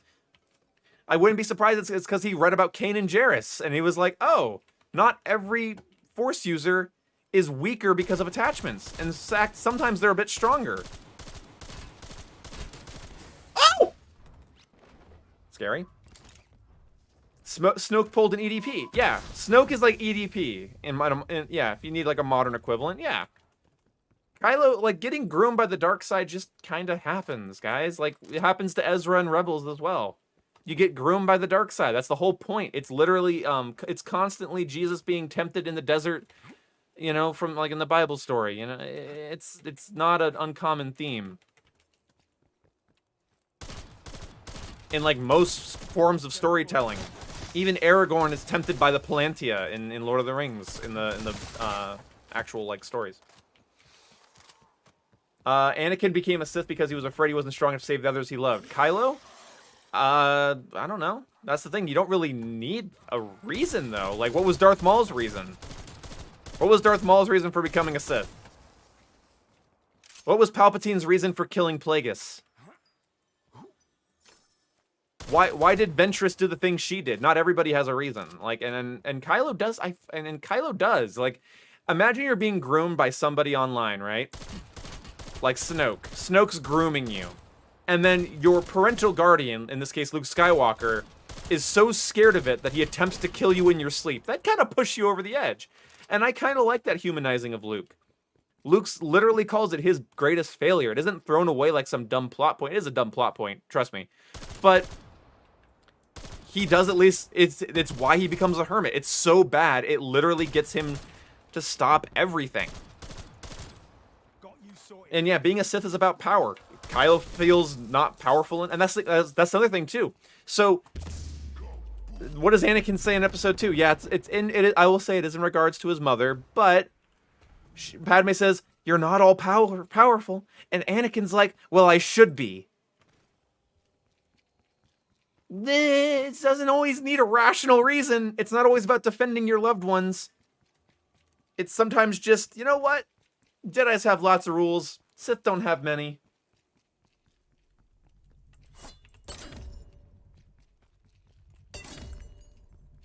The apprentice has to kill the master. Exactly, which is why, kind of in Episode 6, that gets thrown on its head. And Palpatine was like, strike me down. And then he's like, oh, cool, you dropped your old man. Well, kill him and you'll work with me. Sith are super manipulative. They're always gaslighting everyone. And that's kind of the thing. Yeah, it's easy to become like, so the dark side is, you know, giving in to all of your most like perverse and violent emotions. So of course a lot of people would choose that because it's easier than being a balanced person. It's much easier to be a Ronin than a samurai in a lot of cases. I know Ronins aren't inherently evil, but you know what I mean. You want to, you know, you can have less rules and no master, and you could have more rules and a master. God, I don't know.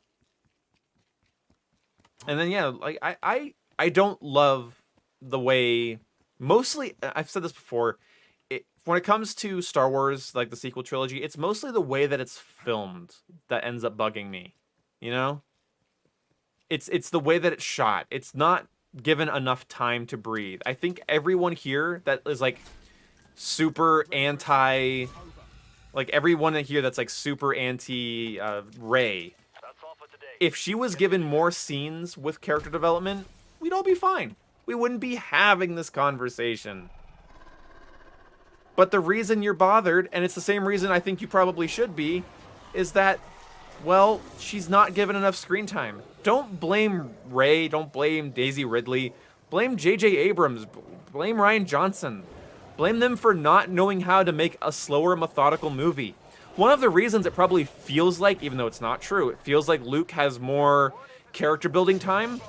He's in better paced movies. He's literally he is in the pace, like a movie with such a better pace.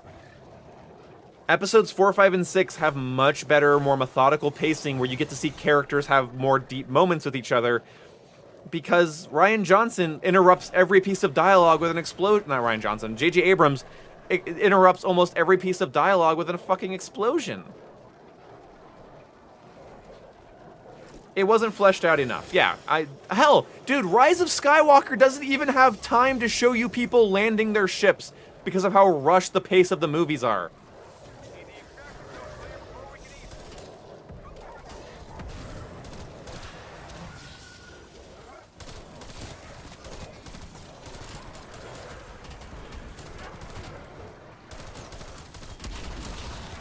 I might fail this. This is hard to do solo. I think it still has enough zombies in for 2 people to deal with. I gotta focus up.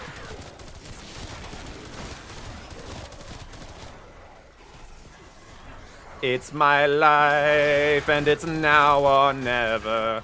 And I ain't gonna live forever. Oh. Oh my god.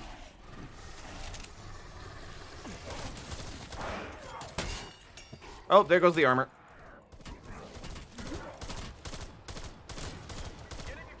Did I do it?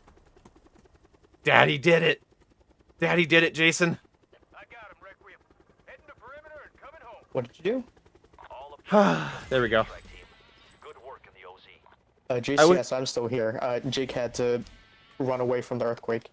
Yeah, I don't know what he think. What is he gonna do? Just run down the street like it's not gonna catch me.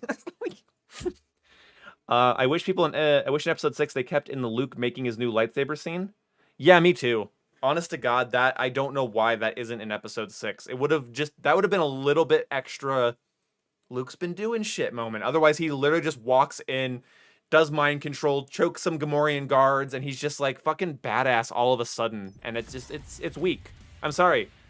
Just because he does get his hand cut off doesn't mean he's suddenly a fleshed out, perfectly flawed character that's like super well written and flawless and whatever you guys want to else say.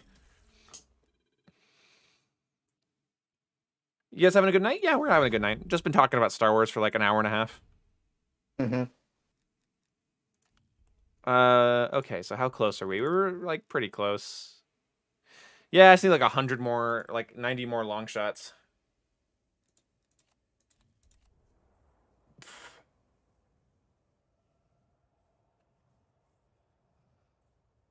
So what I'm understanding is that Carl hasn't seen anything about Star Wars.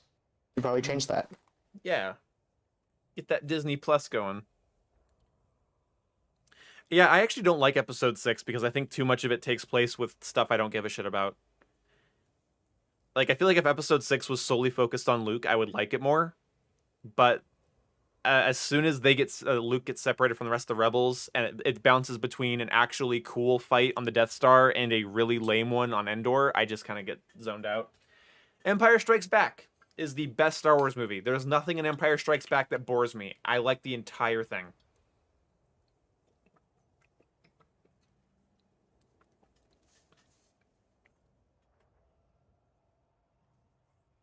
Imagine sleeping with clothes on. Okay. What time is it for you over there? It's about 11:59. Luke in the sequels is like my dad. He just left to buy death sticks at the gas station and never came back. Well, see you guys. See you, I Gray Fox. See you later. Empire's pretty flawless. Yeah, it's kind of hard to pick on Empire Strikes Back.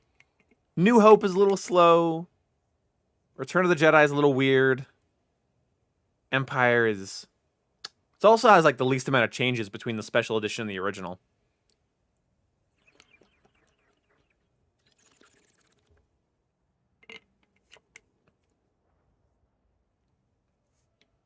Hey, Chillax HD. I can totally relate to your dad there, Carl. Episode 9 kind of sucks. Like, I actually don't really ever like. It's on Disney Plus. I haven't seen it since it was in theaters, and I just didn't like it really. Star Wars is overrated, says the anime fan. I actually thought episode 9 was It's better too than fast. 8. I liked 8 Yeah. more. I liked 8 because 8 took.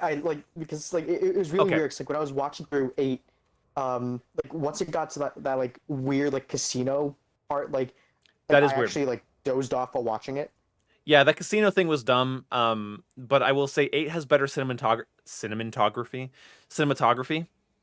I like the way 8 is shot. I think 8's more enjoyable to watch as a movie, whereas 9 feels like a trailer. Episode 9 literally feels like it was edited at a trailer house. It doesn't feel like it was edited like a film. Like, seriously, episode 9 doesn't even give the characters time to land their ships in a scene. No ship lands at a... No. It's like establishing shot, and then it cuts to them already landing. And that's like a huge no-no in Star Wars. Every Star Wars movie shows ships coming in, and it takes the time to show it land, and the characters get out. Rise of Skywalker is so fucking rushed. It's just like, we gotta get to the next scene, next scene, next scene, next scene. Gotta go, go, go, go, go, go. And it's fucking, it's atrocious. It's so fast. Whereas like at least with episode 8, it's kind of, episode 8's pretty dumb. Don't get me wrong. I disagree with a lot. I would rewrite half of episode 8. But the actual scenes, like the actual like how they're filmed, like I don't know, Luke walking around, finding out how Luke's been living on the island, and him sucking out, like, getting the fucking, the milk out of the titty of the thing. Like, I actually like that. There was something up, like, not, like, sexually, of course, but I liked just watching it. It was like, huh, this, I remember sitting there like this, in the theater, like, I remember saying, what's Luke doing? How has Luke been living here? And you get to see it. You get to see those scenes. Rise of Skywalker goes, Rey's been training, Poe's doing missions. Poe and Finn are super good friends. Poe had a ex-girlfriend who's like a bounty hunter. She's like super cool. Buy her action figure, but she's not fleshed out at all. There's a little midget thing. It's gonna C-3PO needs his mind rewritten. It's like, whoa, who cares? This is so fucking fast. And like Ben like shows up at the planet. His ship's already landed, and he's like running into the building. And it's like it should be playing. I saw it edited to the song "I Need a Hero" from Shrek 2. Like that remix of it. And it's just like, it's just Ben running into the castle like, I need a hero. It just looks so, it's so fast. Nothing in Rise of Skywalker makes me take a deep breath and soak in what's happening. It's edited like a goddamn montage. Yes, the hyperspace jump does break canon, but it left me drooling as well. I thought that was dope. It's not as good as Rogue One though. In Rogue One, where they're like that Star Destroyer's disabled, and they let the Star Destroyer crash into the shield generator for the planet. That was sick. Oh no, wait, doesn't it crash? Wait, yeah, it crashes like. I don't remember. No, that's right. No, the two Star Destroyers. Yeah, no. So the Star Destroyers, one Star Destroyer crashes into the other one. That's right. It's just like they all like. Rey jumping over a TIE fighter was oof. Why? Like, why is that an oof? I thought it was kind of cool. Like, I didn't think it was necessary, but it's definitely Kylo trying to intimidate her and her going, no, fuck you, bye.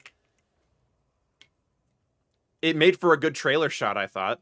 Again, the whole movie's oof, really, but I don't think that scene in particular is terrible. Like, okay, here's the okay, God, I'm on a fucking tangent now. God damn it. So in episode 9 with fucking Finn, and he's like, remember like when they're sinking in the thing, and he's like, Ray, I have something to tell you, and he never said And it never gets resolved. Yeah. it never gets resolved. The movie's fucking edited like a fucking 2007 Halo 3 montage. I can't keep track of what's happening. Yeah, cause like I've only watched like each movie once, but like just based on like initial impressions, like I did enjoy 9 a little bit more. I think like, if you I didn't fall asleep while watching it.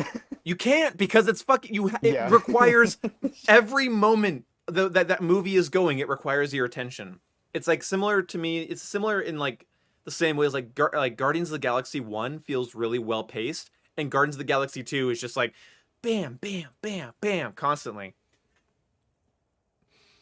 That Rogue One scene happened in episode 6 at the Death Star 2. That's right. That's true actually, yeah. The Salt Planet battle was better than the Hoth battle. I think they're on par. I think the reason I don't like the Salt battle as much, even though I like Rose fucked it. that I like the sentiment, but you know what would make me love Rose? This is gonna sound sarcastic or rude, but I would have loved it if she went and just died doing that. And that was what that was her character's arc, because her sister died, sacrificing herself. Yeah, her sister died in the beginning of the movie. And what I love about episode 8 is it literally, you're just watching rebels get picked off one by one. They, for the first time in the 6-movie series, I'm thinking the rebels aren't gonna fucking win. Like, this is I'm actually wondering, like, how the fuck are they getting out of this? They're running out of fuel. They're getting tailed just outside of range, and the moment they slip into range, they get immediately obliterated. That actually got my heart rate up a little bit. The way Holder, but then the thing that Hodor or whatever her fuck, that's the Game of Thrones character, the pink-haired bitch. Mm-hmm. Her character's shit. Her plot line is shit. Her mission is shit. Akbar should have been the one to do the jump. Because Akbar has been kind of a throwaway character. You know, it's a trap guy. Give him a hero moment. Who the fuck cares about this chick? She's stupid. She's there to pander to fucking liberals. I'm serious. She's this fucking no-name fucking character, comes out of nowhere, pink hair and everything, and is like, I will save the day. I don't even know you. The only thing you've done since you've been on screen is lie to your crew, you piece of shit. I hate you. I don't want you to die heroically. I want you to die horribly. But then, what I would love is if at the end of the movie, Rose gives her life thinking about her sister. Instead of like being obsessed with Finn, she should be like, I'm gonna die for this. I'm gonna take one for the team. Yeah. That would have made me appreciate her so much more, because then she's not even used in episode 9. She's not even used once. Yeah, like she's on screen for like a couple seconds and then like has no. She's treated like a Michael Bay Transformer. She's treated like a Michael Bay Transformer. She's shown in one scene and then she's gone forever. Like, you never. It sucks, dude. That's the thing. Pink-haired girl just didn't tell Poe what was going on, so he thought she was a bad, so he made a rebellion. Yeah, he tries to do like this fucking. He tries to take over the ship because she's being shady, and then she's like, the reason I'm being shady is we had a spy aboard. And it's like, then why don't you tell Poe? It's not gonna be Poe. Why would you think it's Poe? She wouldn't know that. She's new. Like, Poe is like considered to be like kind of a hero of the Resistance. That's shown off in the first bits of Force Awakens, that he's like one of the most prominent agents that the Resistance has. Why wouldn't you tell him? Yeah, but wasn't Leia kind of like pissed off at him though for basically like unnecessarily like risking the lives of like the pilots? Yeah, and that's the thing. But he wouldn't have. But the thing is,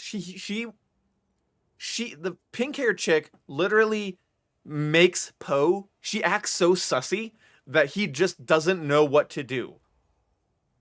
Because she's literally saying shit that would make me commit a mutiny as well. She's literally saying shit that just makes him go, okay, something's wrong. You don't act like that to like one of your most like valued soldiers. And I swear the whole scene with her and him has this tone of like, you stupid man. Why don't you understand? I hate it. I hate it. I fucking hate her. She's such a poorly shitted out character. Exactly, Jacob Peterson. I don't agree. I don't like bash on SJWs that often. I really don't. I think it's overdone and often done in the wrong way. But I would say that scene in episode 8 and the fucking scene in Avengers Endgame where it's just like the women moment scene at the end in the Endgame fight, and I was like, oh my god, that's the most cheesy thing I've ever seen. They And then stand there for like a second, pose, and then let's go now. Yeah, like it's like We have to wait for everyone to be on screen. Like the movie should have paused and be like, and now we'll let the women have their moment. And it's like da da da da da da da. It's super cheesy. I fucking hate it. But and then like at the end of Mandalorian season 2, I didn't even think that I was watching 3 women storm the command deck. I didn't even think that they were women. Isn't that crazy? It wasn't until I went on Twitter and people were like, this is how you do female characters. I was like, oh, I didn't even think of them as female characters. The show did a really good job of slowly picking up Cara Dune, the assassin chick, and what's her name? I don't remember who the third one was. Wait, what is her? She's the the Mandalorian. Mandalorian one. Yeah, that's of course. Why do we? The one character that's actually in like Rebels, Bo-Katan. Yeah, right. Her, yeah. It's fucking Bo-Katan. We just both forgot Bo-Katan. Well, we're sexist as hell. No, But- one thing though with her is like it was really cool that they actually got the actual voice actor of her. Yeah, she looks so good. Yeah. Hot, all 3 of those sexy, hot, like it, good. I didn't even think about it. I was being like, oh, female character moment time. I was just like, okay, this is the mission. Because they don't draw attention to it. And also, because the show's called The Mandalorian, they let the Mandalorian have like the big scene of him actually fighting Gideon for the spear, or with the spear. Sorry, for the darksaber. Mm-hmm. So like I'm sorry. It's good that the main character got to have a main character moment, and then the chicks, the girls, the women, they're offensive on the command center or on the command deck, and Mando's fight with Gideon is both blown out of the water by Luke, and that's amazing.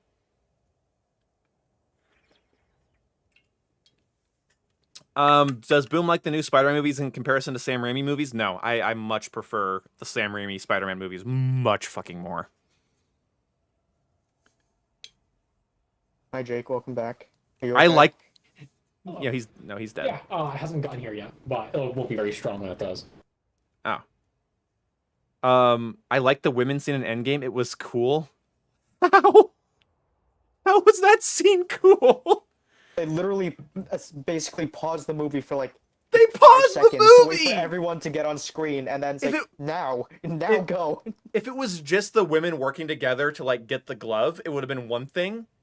But they paused. But they drew so much attention to it. They Ah. essentially just paused the movie for a couple seconds, I hate Endgame, and by the way. like all of them Nuclear take. posed, and then they continued. Yeah. Like, a nuclear take, Endgame and Infinity War. Infinity War is miles better than Endgame, and Endgame is kind of short. I don't like MCU's time travel. I think it's the most plot hole riddled time travel I've ever seen. Just ever. I just fucking hate it. I absolutely fucking hate their time travel. I hate Thanos' motivation. I hate that Iron Man, a Mjolnir-wielding Captain America, and a fucking Thor with Stormbreaker can't take down Thanos without his glove. Fuck off. That's bullshit. I hate that fucking movie. I enjoyed it when I was watching it. I enjoyed it while I was watching it, and then like it was one of those things, as soon as I got home and I sat and like decompressed and thought about it, I was like, what the fuck did I just watch? That plot made fucking 0 sense.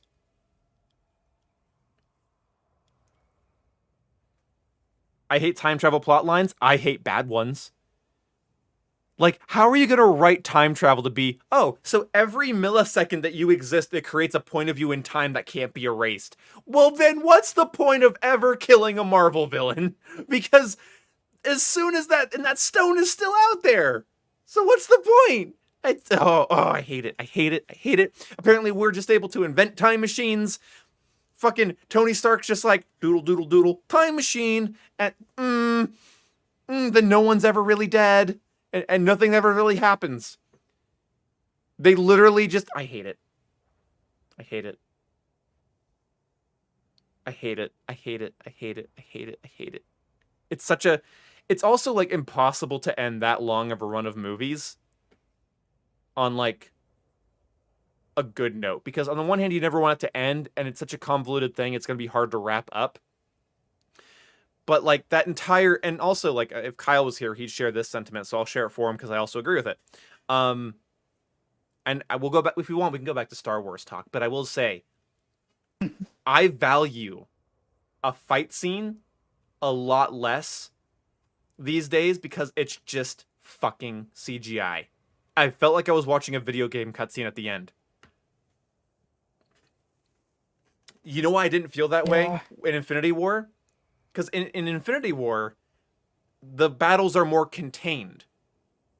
Yeah, you're not bringing in like every single person on the planet. Yeah, exactly. And so like, no, I'm sorry, that doesn't work for me. It's too much. You know, I know like, it was I remember like I was like seeing pictures of like the behind the scenes stuff, like, and like it looked really funny.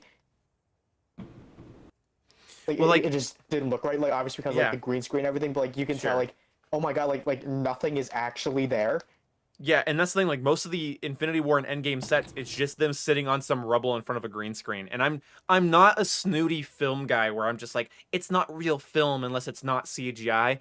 I'm just saying that the emotional impact for me in Endgame was Happy talking to Tony's daughter. That got me. Him saying your dad liked cheeseburgers fucking floored me in the theater. I was like, well, no.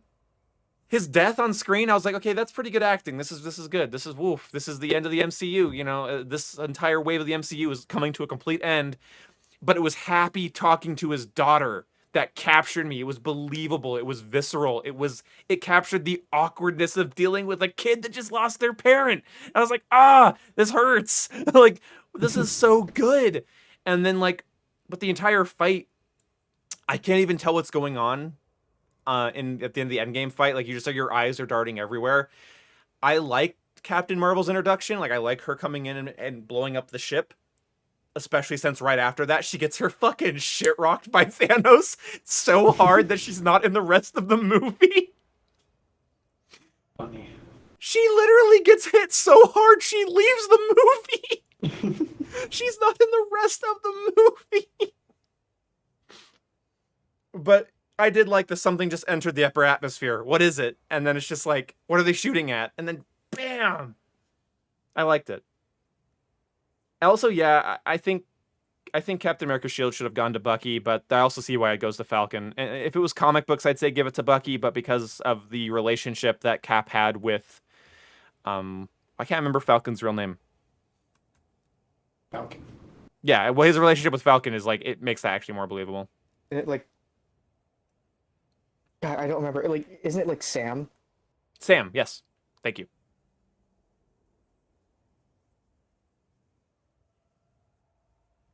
Daredevil's the best like, Marvel thing? like, Oh, fuck you. Punisher's better than Daredevil. But Daredevil's also pretty good. Also, the season with Punisher and Daredevil's the best. Fucking love. Yeah, cause like I remember watching a video where like people were saying that like they thought Cap's shield should have gone to Tony Stark's daughter. I don't know about that. I feel like it would just sit on her wall then because she's like 6. It makes sense for somebody to need to take up the mantle of Captain America because Captain America wasn't just an Avenger; he was a symbol. So it would make sense to carry that on. And kind of that's how they've been. The things that, like it was interesting though because like the whole like reasoning for it was that like it's basically like a eventually like their idea was that like she would eventually become like a superhero, and then it would sort of be like a bringing together of Iron Man and Captain America. That would that would be cool. I wouldn't hate that at all. Tony Stark's daughter having like a movie in a couple years, like as she's older and she's like got her own thing going, I would absolutely adore that, because I would love to see like an actress that can pull off Robert Downey Jr.'s mannerisms. So she like acts like her dad, but like in a different context, because she's a woman, but it would be really cool because I think that'd be fun to watch somebody try to pull that off. That'd be quite the acting undertaking. Have I watched The Falcon Winter Soldier? No, not yet. I've heard it gets political, and I'm just not really in an MCU mood. The MCU I'm burnt on MCU. I didn't watch WandaVision either. I'm just burnt on MCU stuff right now. Yeah, I haven't watched both of those either. I do want to watch Invincible though. It's been entirely spoiled for me, but I just want to watch it. It just seems fun. Seems gory as shit, but it seems fun. What is that?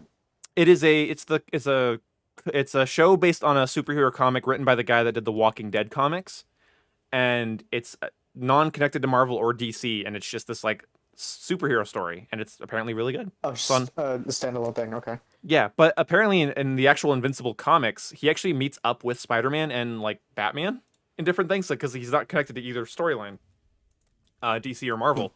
So he actually like meets up with them and stuff, which I think is kind of cool. But I don't fucking know. Like the MCU kind of has me kind of burnt right now, and as much as I hate saying that too, because like I do like the MCU. I do like Marvel. I'm a Marvel fan. I prefer Marvel's the Marvel Avengers video game story. I actually is my favorite Marvel story I've seen in a long time, more so than the MCU, just because it's not actor porn. I'm sorry, anybody watching this. The MCU feels like actor porn now. It just feels like it's more about I'm watching Chris Evans than Captain America. It felt like I was watching more Robert Downey Jr. than Tony Stark. It felt more like I was watching Tom Holland, and it just feels like it doesn't feel the same. And what I like about like video games and comic books and animated stuff is it feels more like I'm watching the character, and it's easier to suspend my disbelief. The MCU is great. It deserves the money it's gotten. It has more good movies than bad movies. The Guardians of the Galaxy is one of my favorite movies. I adore it. But I genuinely think the best superhero movies are Batman Begins and Dark Knight and Spider-Man 1 and 2 from the Sam Raimi Spider-Man 1 and 2. I think those are still the best superhero movies for me. On top of those, the first Iron Man. Fuck, the first Iron Man is so good. It aged like wine. It looks good. I love his suit design in that movie so much. Oh yeah.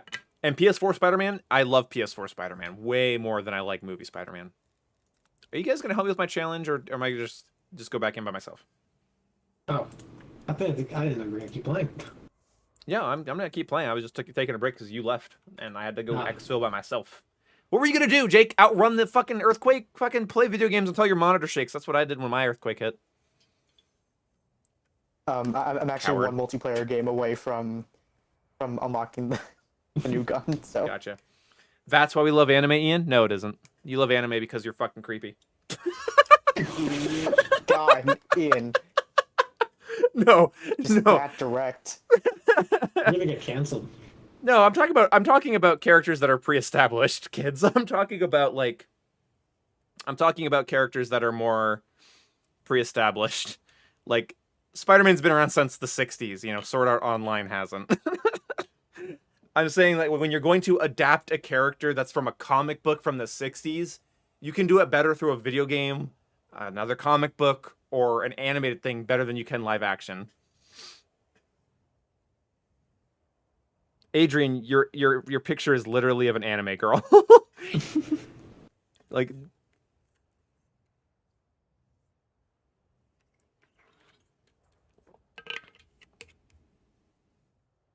no, anime is great. I absolutely love anime. And that's the thing about anime that is nice, though, is it is easier to suspend your disbelief. I think, case in point, the live action adaptation of Full Metal Alchemist makes me want to puke. But the animated versions and the comic book, fine art. Yeah, I know. Characters gotta be characters, not actors or political bullshit. That's true. That is another reason I do like anime, is that the Japanese don't fucking like riddle, like everything has a political element or could be related to a political element, right? but the social It's usually not the focus. yeah, like animes don't usually socially police me while I watch them. Like characters aren't being like the movie isn't pausing to make sure that I know that I need to respect the female character, you know? Animes aren't often being like I don't see like anime writers coming out and being like, "Oh, you don't like our gay character? Then you're a bigot. Go kill yourself." Like I'm sorry, like I don't like that our media has gotten to this point where it's like if you don't like a character, you better hope the character you don't like is a straight white dude. Otherwise, that's the only reason people are gonna think you hate him. Have you noticed that in all my Ray defense this stream, I never said you guys don't like her because she's a girl? Because I know that's not really people's motivation. Now, if you're a dude, it might be harder to relate to her, but I'm never gonna call somebody sexist for not liking Ray Palpatine. Spoilers. Yeah. Just like Clone Wars feels very authentic. Yes. Except for no, because it's filling in the gaps of live action stuff. So it actually doesn't. Actually, no. It doesn't. Well, think about it. It's like, it's kind of hard to go from listening to Matt Latner and seeing like animated Anakin to looking at Hayden Christensen. Like, it doesn't. There's a disconnect there. If Clone Wars was a standalone thing, I'd say yes, but it's not.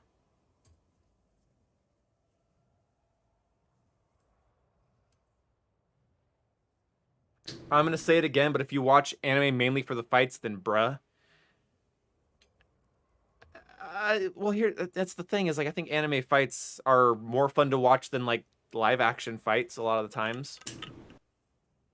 I think what's really worse, people that watch anime for melodrama, because anime melodrama makes me want to blow my brains out. Different Anakins. Yeah, that's why it's bad. Because like, if Clone Wars wasn't filling in gaps of live action films, I feel like it'd be a bit better. In fact, I would love it if Clone Wars was live action. I honestly just would. I feel like the live action Star Wars movies age well. They look good. And so, like, I feel like they should have done that. It'd be a lot more of an undertaking, I know, but I think it would have been good. Hey, and you should probably switch to the armor damage barrel. Right to Already did, dummy. Good night, E-Fox. I know, Bradley fucking Baker is such a good voice actor. I adore him. I mean that the story is much more important. Yeah, you have to enjoy the context of something, but that's not always the case either. I mean, you can enjoy a piece of media for its visual more so than its substance. Like I like this nostalgia. I like the nostalgia, feel, and characters more so than the story in Stargate. When I watch Stargate, you know. Remake the live action as Clone Wars episodes? How about we remake Clone Wars episodes into live action? I would love to see Hayden Christensen and Ian McGregor do like the oh god, what's one of their best missions in the Clone Wars that Anakin and Obi-Wan do together? I'm trying to think of them. Honestly, like the thing is, like I wouldn't say it's the best, but it's the one where Anakin and Obi-Wan get trapped in the cave that's filling up with like toxic gas. Yeah, you could do that one. You could also where they both when they confront Count Dooku in that prison. That could have been cool. Oh yeah, and they're all like chained together. It's just like that one would be really funny. Yeah. And like honestly, like missions like that, if they had those in like movie form, like it would just be fun to watch. It's like more like lighthearted stuff. Oh, I would love some lighthearted Star Wars stuff. In fact, like that's one of the things I always like about Star Wars is that it has like this level of like whimsicalness to it. It never really takes itself too seriously. Fans take Star Wars more seriously than Star Wars takes itself. Yeah, like the thing is, like if they had like the Obi-Wan Anakin, like the toxic gas cave, like it's just gonna be like Obi-Wan the entire time, just like mocking Anakin. It's like, my lightsaber's not working. You should probably figure this out. Okay, the one where they go meet the father, where Anakin gets a vision of his dark side future. Yeah, but that one's crazy, and then yeah, but like it just like it's kind of weird, that one. That is weird, but it'd be kind of cool to see it in live action with like Liam Neeson showing up yeah, it as the would be Force cool. Ghost and stuff. Oh, and we gotta get Hondo. I want live action Hondo. I fucking love Hondo. The Gods episode? Yeah. That'd be good.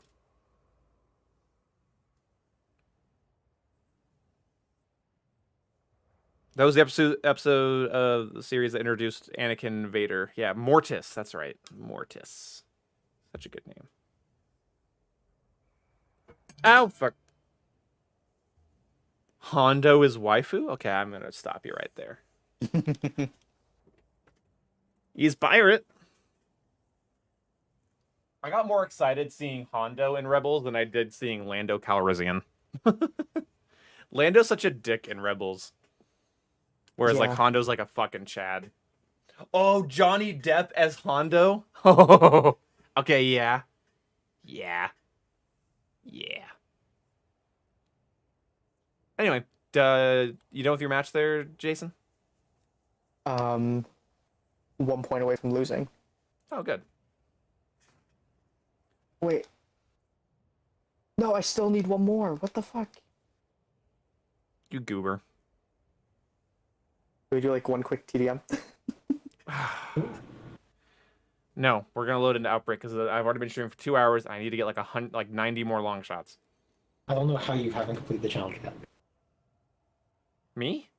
Yeah. I've been sitting here chatting while you fucking I ran for your. know. Why would you run? Why would you leave an Xbox party because an earthquake is 100 miles away? What are you doing? The aftershock gonna be like, man. It's not gonna be so bad that you can't get out of your house. I'm still. I'm gonna be cautious. I don't give a fuck. I'm gonna make sure my headset's not on. I might not hear the earthquake coming.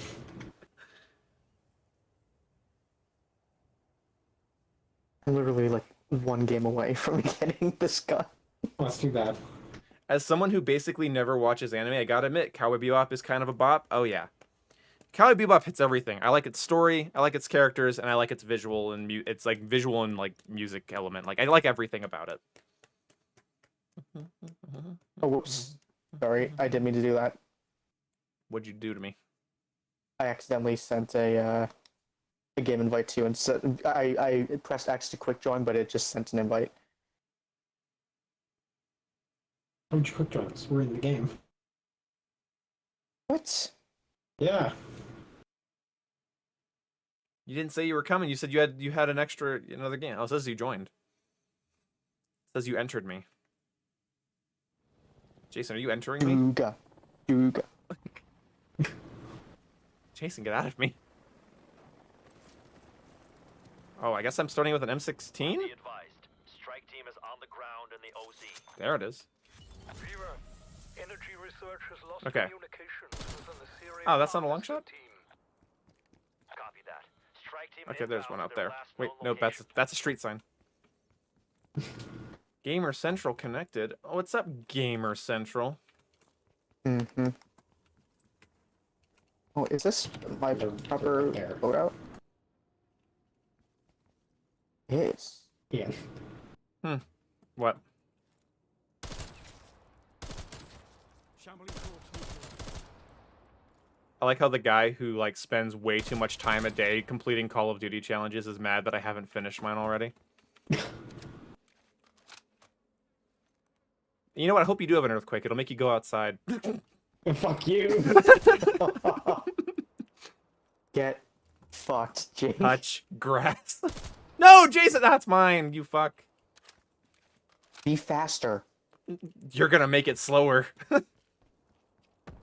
gotta watch Cowboy Bebop and Full Metal Alchemist. If an anime got you invested into it, I have high expectations.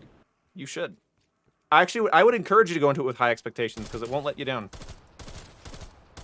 I'm killing those down there. By the way, if you want this done fast, you better start fucking doing that, fella. Oh, that's a mangler. I don't want to fucking try to take out a mangler at long range with an unupgraded gun.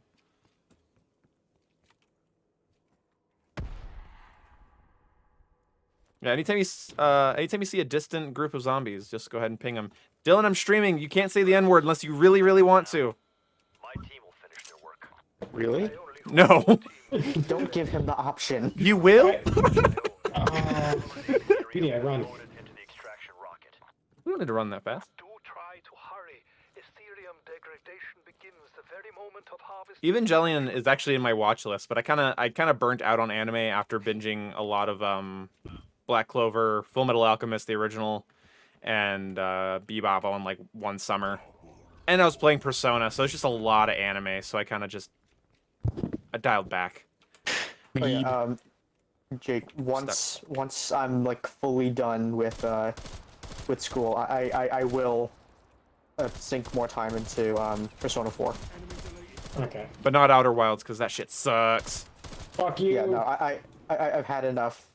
Outer I will Wilds. be the judge of that. Like it's a good game. It's a good game, but the atmosphere is too spooky for me. It's not even God, scary you game. giant puss. No, have you tried it yet? I will fully. No, admit. I'm gonna. Okay. I'm almost next dead, on the boys. list. But I haven't played with my boys in a while. I miss you. Well, I miss you too. I'm just completing this challenge, and then I'll be wrapping up. Oh, how the fuck did I die? Okay, well I need someone on me. Tomorrow's Friday stream will be me leveling up the CARV.2 online against real people. But this stream is just a casual. I've just been talking about Star Wars for like 2 hours. Green Patriot, do you remember what happened the last time I streamed Persona? It barely ran. Yeah, but that's what's fixed. You're trying to unlock the space gun, right? Yes, yes, I am. Thanks for the help. What kind of a gun is it? It's just a really fast through-on burst. It's boring as hell. But I want it. And I'm gonna use it. I'm gonna shoot people in the face with it. A canister has been dropped. I got it. Wait, no, You never really mind. I did. didn't It's get still it. there. God, it was like a pixel away. Fuck. Ian, go for it. I got this canister. Go for it. Ew, Dragon Opa. Ew. Heard nothing but I bad. saw someone mention Dragon Ball Z. Like, I haven't watched Dragon Ball Z, but I've watched Dragon Ball Z Abridged, if that counts for anything. That's the real one. Oh, what the fuck? Listen to my decoy, you cuck. Yeah, Dragon Ball Z Abridged is absolutely hilarious. I I'm love dead. it. Oh, and I'll help you. God. Just give me a second. The fuck? Hold on. I'm Decoy clearing no out. work. Here's a monkey. How Never are you mind. both dead? Okay, Oh, that's Jake, just you silly. went down first. That's I know, true. but I suck. Well, we don't, so that's just on you then. That's it.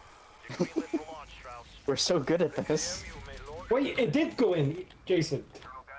It did? It did. It counted the same caster twice. So now it's just a thing to A. Yeah, toast me. Oh, that hurts. Oh fuck. Yeah, Of fire. course it hurts. I don't know. It's fucking Black Ops Cold War. I don't know if things are gonna work. Well done. Good point. Why is the retrieve A thing still here? Because it bugged when you put the canister in, because it duped your canister when you put it in. Oh, well, get 'em it looked like I at the just same like time. dropped it right in I front like- of me, so it didn't look I like it went like in. how Jake says that as if you're supposed to know what the glitches in Outbreak are. It's not that hard to figure it out. I would Yeah, have never. well, on my screen, I didn't realize that it did actually go in. Never did I, but seeing that the mission is complete and the retrieve A is still active, I couldn't do it. Okay, what? okay, You know what? smart guy. Okay, smart guy. Why does it follow me around? I'm not sure. That is one. That is, very it's, Oh, weird- yeah, it literally, It's following me too. It's over there. now. it followed me. It was like, I'm right in front of you, and then it went back to When Jason. you kill Oh wait, a zombie, it's back over there. Yeah, when you kill a zombie, the marker goes somewhere. Well, that's just stupid. Over and out, mate. Although, I guess part of the Cold War experience is learning the bugs. Of course. Well, I'm about to get You're meated. getting meated the fuck out of you. Yeah, I'm getting sausage. I'm trying to back up so I can kill these guys. Stop killing that! That's still not a long shot distance. Fuck. Run! Yeah, there's a whole bunch There of it is. people outside my door. I'm just like yelling and screaming because like, oh my god, it's the last day of classes and we'll miss all of you. And It's then we like, can oh, well, we can well, figure well, lucky figure each you- other and lucky suck you, each I other still off. I still have work to do, so I'm not done yet. Yeah, you gotta get to that hot bussy summer that you promised Dylan. Oh, yes. Just Yeah, gonna so- say that so- on stream. Oh yeah, for the stream. So Jason's summer plan is to eat out Dylan's wet, big, fuck, is it big, Fat. wet? Oh, okay, fat, fat, wet, pink bussy. There it is. It's like poetry, it rhymes. Yeah, you'd be stupid to turn that down. You'd be fucking dumb. That's a whole summer of man ass. Ass. All for you. Anytime you want it. Really? Wait, Jason, let me kill those guys. You fucking... Are you fucking kidding me? Make those do 50 I don't damage know. with their ranged attack? Yeah, I don't know, Jake. I don't know, man, good. with 50 damage with their ranged attack. Hey, you just gotta get good. Sticky. What the... Skyward says, what the hell? Homophobe. So you're saying that you would turn down your You would friend if turn- he offers it to you? A free summer of fat, pink, wet, No strings attached. pussy. I think. No, there's a string attached, but you don't have to pull it. Anyway, That's just disgusting. anyway, Ian, It's appreciated if you do. it'd probably be a good idea to go to the top of the array so you can see everything. Yeah, Just- yo. I was thinking about that, actually. Stop killing all the zombies! The dogs count. I checked. Yeah, not when they're dead. Oh, you fucking ass.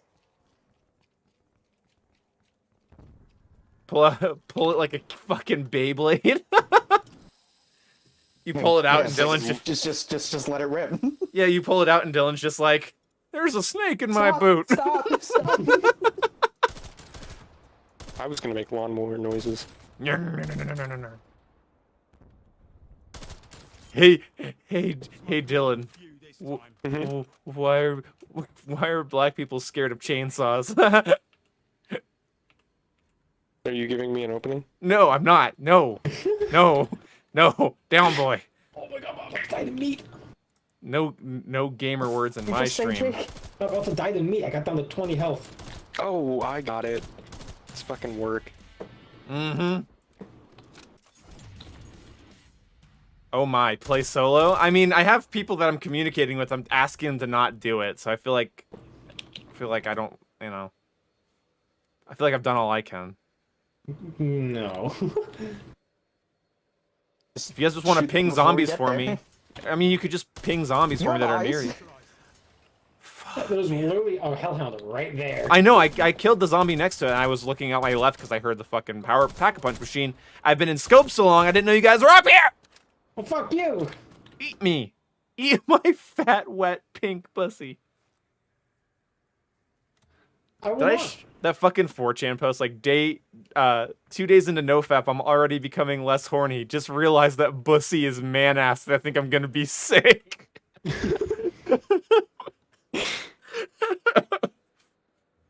I'm gonna go flying, Jake. I didn't ask. Anyway, Wait. have fun.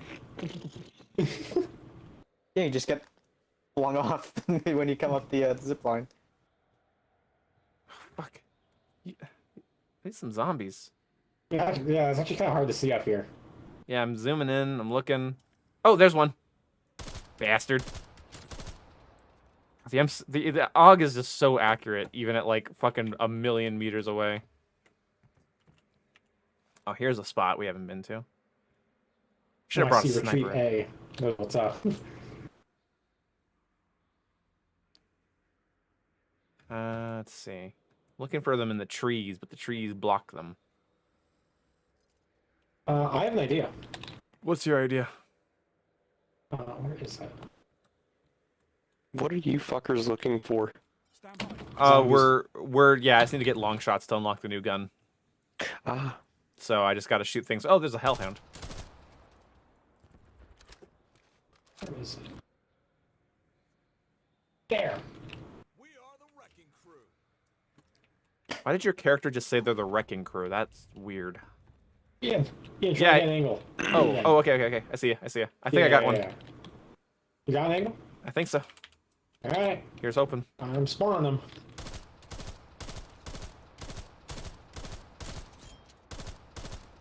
There's gonna be a lot down here, so I'm going to need your help. Well, I'm going to be doing the best I can, but I am not using the I'm on best my weapon way. for that range.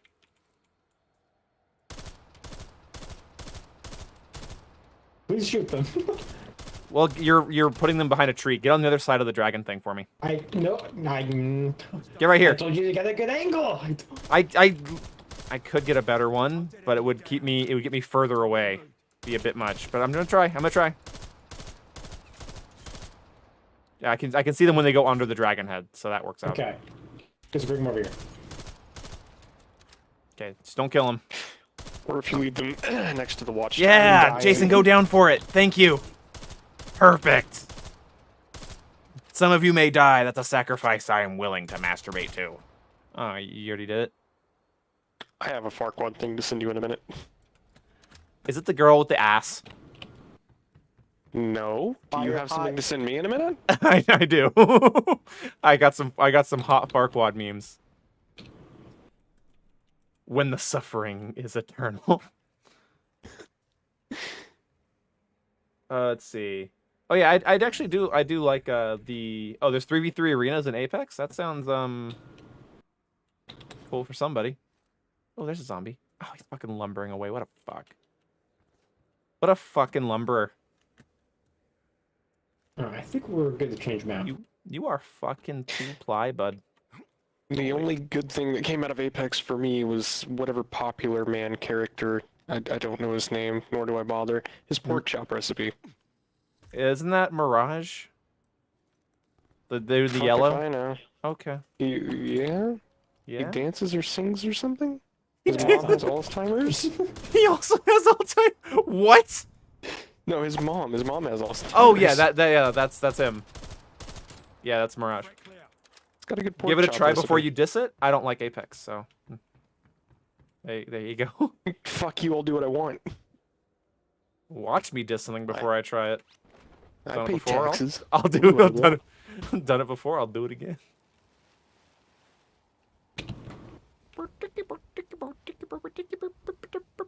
Puppy. How many long shots are you at now? Your mother. I'll check. Sorry about your skull, mate. My mouse went off the pad. Yay, armor.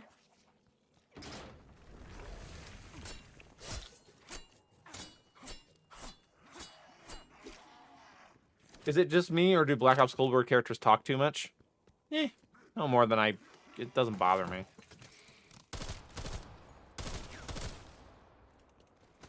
Ah! What? Zombie critical kill. Okay, I only need 40 more. Alright, so the next area should give it to me. Let's head out. Let's go already. Do it. I'm running. I was watching You just some... ready, am I? He is. Okay, hit that. Your mother, I'll check. Let's see. Not a BR fan? Yeah, I'm not really a BR fan. But I also just really don't like Apex, just in general. It's not my thing. Hot nuclear take incoming. I think Apex is ugly. Don't let Boom get long shots so the stream lasts longer. That is... No, Carl. Carl? Carl, that upsets people.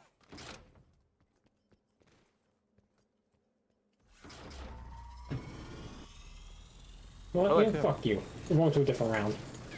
I literally said we should. No, we're going round 3. Fix your GPU temp? Oh, I might have broken the game by doing that.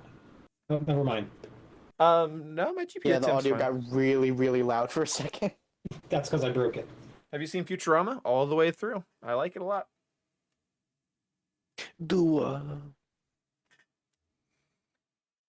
Where the hell did you learn to do that? Sunny D commercial.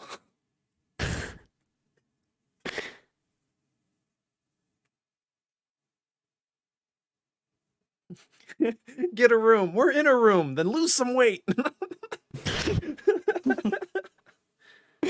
Such a good show.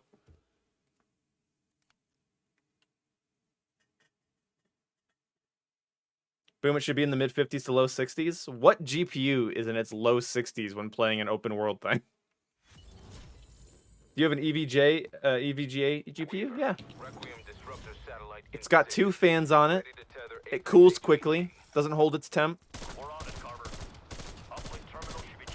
well, I'm gonna get to a high point up here, and then I'm gonna shoot down on these fucking zombies. So if you guys just mind not shooting all the ones that are around here, that'd be awesome. Thank you. It's okay. There's a gold crate nearby. I don't care. That's the worst kind of discrimination against me. Oh, why are we on round 3? What? I told Yeah, you. Jake, fuck you. You weren't We're listening. going to round 3. Jake, that actually is fucking me. Oh. I literally am just dumping rounds in because my gun's still fucking red. Or green now, I guess. But fuck, I'm just down. Dude, why? You're such a fucking ass. You fucked me. Kinda. Dude, this is gonna actually be really annoying now because I'm having to like just dump burst into these zombies. I only needed 40 more, dude. The hell? Oh my god. It'll be fine. I won't invite you next time I fucking stream. That's what I'm gonna fucking not do. Jesus. It's actually really inconvenient, man. My room's getting warm. Jake, are you old enough to know the show The Replacements? Nope. Then you shut your mouth. Your opinion is... I'm just getting fucking wrecked by meat now. God damn it. I'm running away. That was actually a lot of meat. Holy fuck. You want to back up. Well, Yeah, no Jake, let me kidding. enlighten you. It's a show where a lame-ass person that is annoying the 2 main character kids gets replaced by a cool person. Yeah, that's about to happen here. I don't like that. Drop some. Oh, yeah. Yeah, I know a pack-a-punch, Josh. I fucking pack-a-punched my gun for round 2, but it's only pack-a-punched once, and I don't have the money. That's what I'm saying. It's just a fucking giant inconvenience. Yeah, Jake, I just got completely fucked by not having Oh, And now my I game got connection crashed. interrupted. Yep, Yeah. and my fucking game crashed. What? You don't get the gun. I fucking hate this game, dude. It's still doing the same issue that it's had nice for a job, while. Jake. It's not my fault the game broke. Maybe if you let it proceed normally instead of skipping around. No, it's the same issue I've had for a while. It's hardwired into the fucking game. Go to the armor station, upgrade weapon damage. I literally did that right I just did that before the thing started. And a green pack-a-punch 1 gun would be great for round 2, but already in round 3 it's dragon. That's a reset for your weapon challenge? No, it's not. It's not a reset, but it might remove the progress I just made. So I'll be right back. okay. God damn it. Yeah, that's just a problem that Cold War has. I've uninstalled and reinstalled. I've checked all my drivers. I've done everything. I've done every solution on the internet other than completely resetting my PC. It's just an issue that's hard baked into the game. And oh, by the way, I actually lied. I used to have an EVGA graphics card, but I technically have a Zotac, and I have the Zotac software here for my fan temp. Now, I could actually probably change it a little bit. Hey, Gamer Boy, I have an unhealthy amount of Farquaad memes on my phone. Don't be stingy. Don't be stingy. There's a meme section in the Discord for a reason. Share them with the world. Not a total reset, but for the match you were just in, probably is. Yeah, probably is.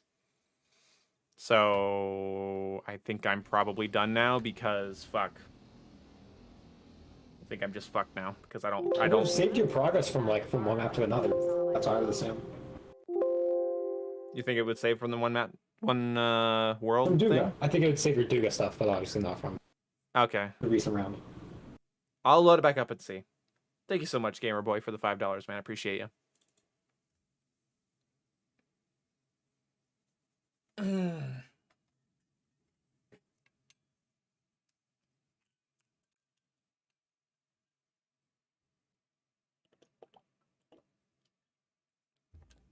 I haven't dusted out my GPU since last October, so I probably should do that.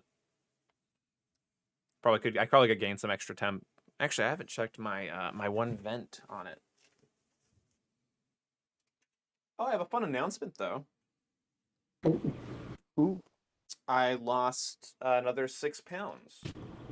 Hey, nice. Thank you. That is very nice. Very good. Ah, not too bad.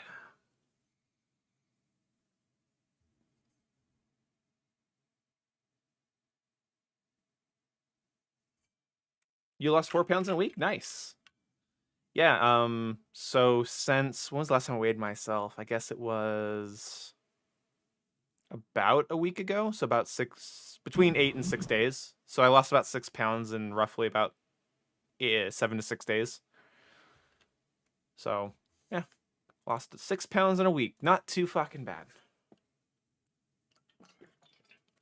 Because now that the temperature and the weather's kind of calmed down over here, I'm not just like eating less. I'm actually able to go like out and walk around and move my body. Do that. Gains, congrats. I actually lost. I'm not gaining anything. I'm not even gaining muscle. I am not. I've heard you're not supposed to try to build muscle while you lose weight. I've heard that's just like it's kind of it slows down both processes because what you have to do to build muscle kind of contradicts what you have to do to gain like to lose weight. But yeah, technically losses.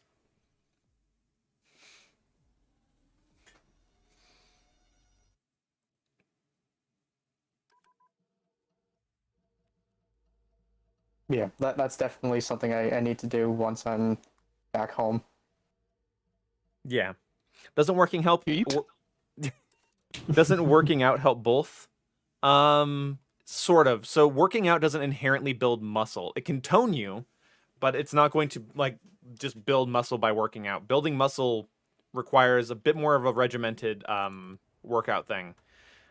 If I just go like walk outside and take walks, I'm not going to get like you know what I mean? Like I'm not just going to get better like leg muscles just by walking around, but I can burn off the fat and so the muscle shows through more. But there's not really any point in building muscle up under your fat. And that's what I'm trying to avoid. You don't just because like working out, and also there's different types of working out. So if like I do my like if you do like what's it called? When you're just sort of moving your body to like Calisthenics? No. No,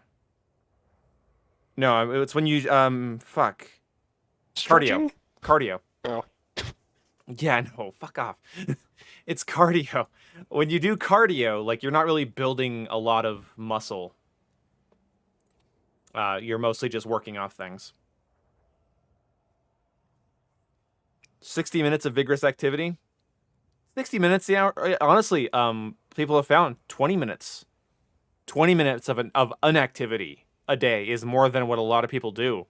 And so if you're eating less and at least doing 20 minutes of like, I don't know, yard work or like a run or something, then like you're kind of good to go.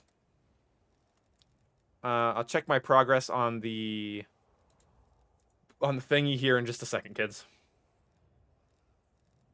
Just changing a couple things around.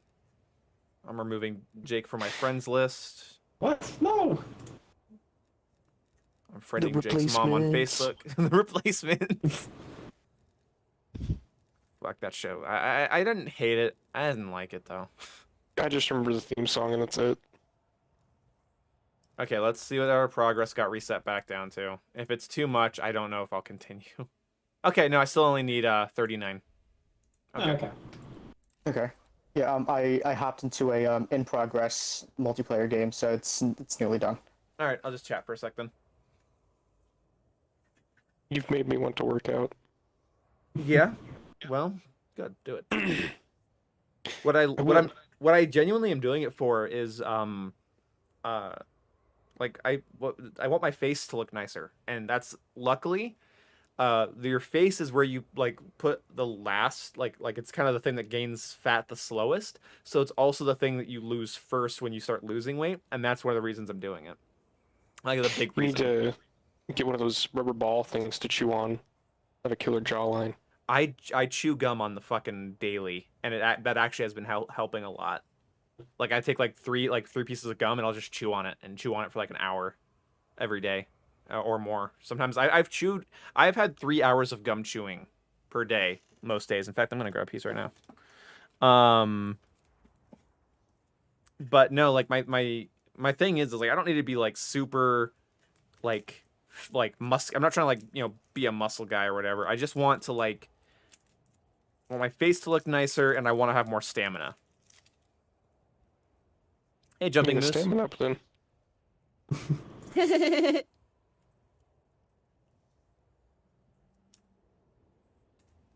5 Farquad memes posted in hashtag memes. Send help. Why would I send you help? You posted memes. You didn't fucking try to conquer Kazakhstan. You're fine.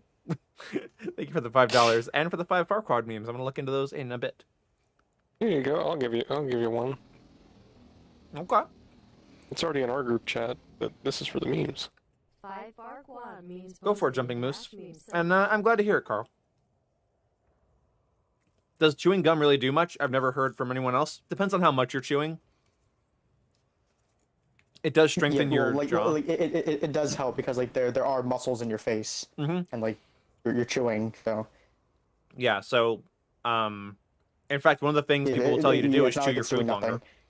Yeah, it's not doing nothing, and especially if you put a lot in your mouth. We're at the point like I've gotten my jaw to burn, like my jaw and like up lower chin region, it'll burn like it's been worked out.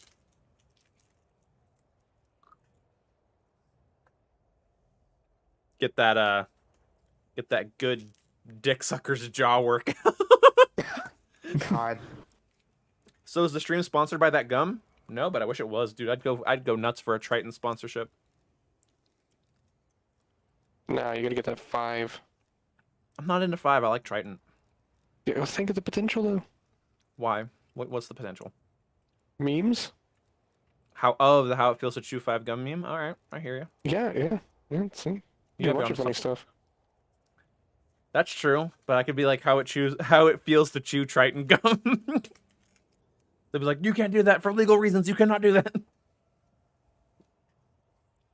Maybe try more gum at once. Yeah, like 1 piece isn't really gonna do much, but if you like have like 3 pieces in your mouth, you're just like, nom, shouldn't just nom it out like a fucking horse, like a slutty little horse. It's great.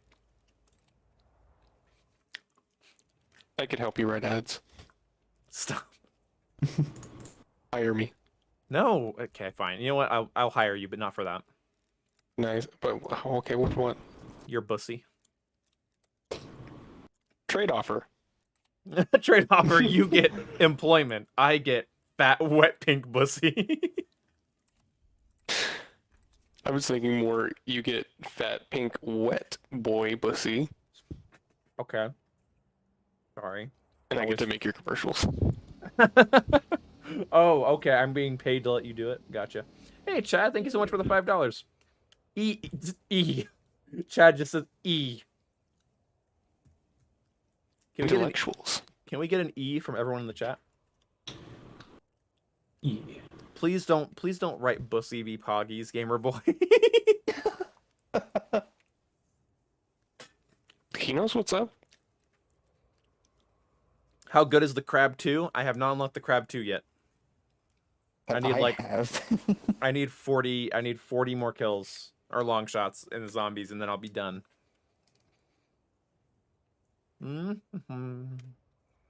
E. They made a sequel to Crab. EA Sports. It's in the game. EA Sports. It's in Jake's ass. Oh. Did he say the CARV.2? I did, because that's what the person wrote.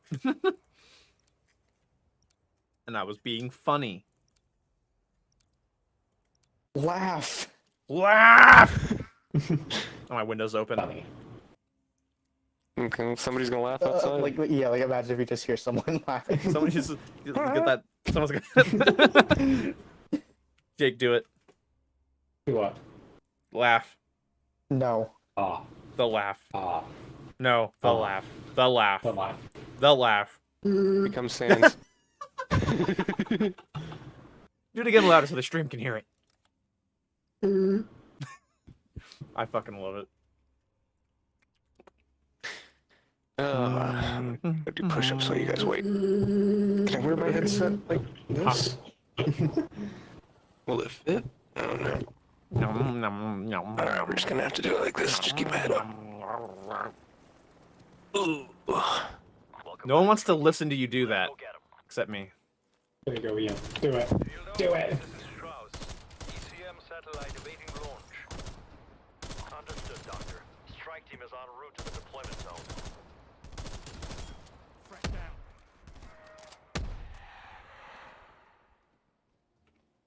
down. God, this thing doesn't even, like, the sights don't even move when you shoot it. Jesus. Yeah, there's no recoil. Stop shooting that thing. Thank you. Oh, there's a little pile back down there.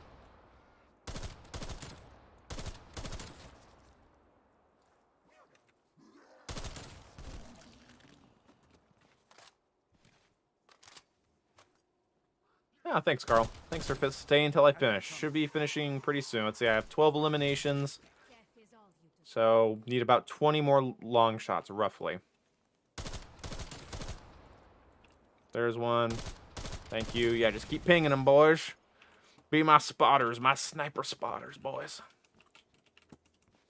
We gotta get towards the mountain. We're not finding any more. Ping you. Aim. Stand There we by go. for coordinates. This guy's not far away. I'm gonna wait for him. Get far away. Get far away. Get far away. Go far. There. No, it wasn't far away enough. Oh, this one's getting too close.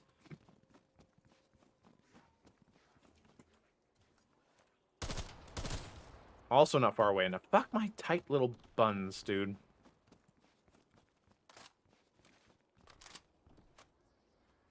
You got zombies over there that I could be shooting? A couple. Okay. I'm gonna back it way the fuck up. Okay, that was long shots. Nice.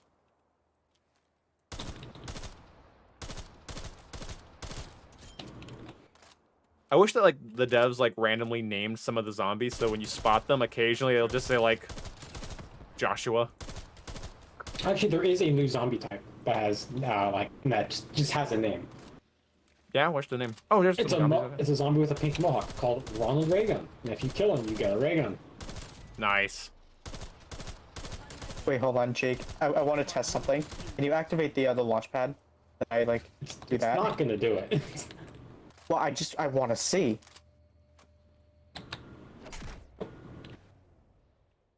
It did it for a second. It did, and then it took away the thing. Yeah, it kicked me out, but it launched up the Yeah. I the didn't snowmobile expect for a that. second. I'll get enemy down. Moment Jake, you have to test these things out. genius. Lamped a lot of them. You see, I just watched a YouTube thing that tells me. But did you know that? No. You would think of launching. Stop a it, vehicle Jason! from the launch No! Jason, look where I am. If you see a zombie in my sight line, just go ahead and ping it for me so we can get this done nice and fast. Can you see over there? Not... Oh, wait. I'm getting through the trees. Yeah, if you keep pinging him, I can keep seeing him. Nice. Keep pinging. Some dogs here. Nice. There's one. No, don't run away.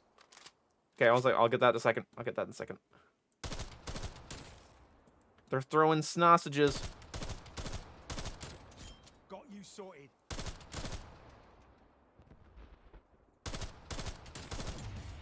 CARV.2 unlocked. Alright, let's exfil. I mean, we don't have to exfil. I can just leave? Yeah, I think you're just on the game. Let's not risk that. Or you Yeah, just all die. Oh, that's true. We could do that. Alright. Alright, Perry, just fall to your death. Prepare I know, I'm about to. I'm about to. I'm just doing it on my own terms. I want to do it over the water. Oh no, that's ice!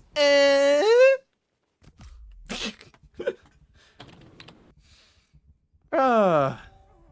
Fall, Jake, I'll Jason. save you. I Let's don't think you see. saved me.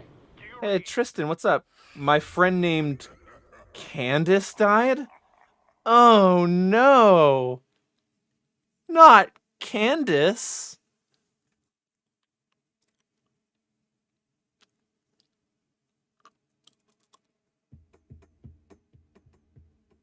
I left after getting diamond and I lost the progress. Oof.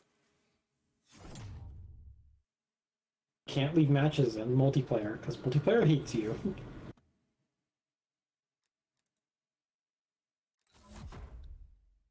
Yay, we got it. Gun's mine. But it's actually unlocked. Yeah. Check. I'm checking right now. It's right here. Oh, there you go. You did it. I did. Wow. Ugly piece of shit. Anyway. See, my character's holding it. N-word balls HD. Wait. What? Read my I'm chat. just looking at the horizontal recoil for the CARV, Uh-huh. and it's negative.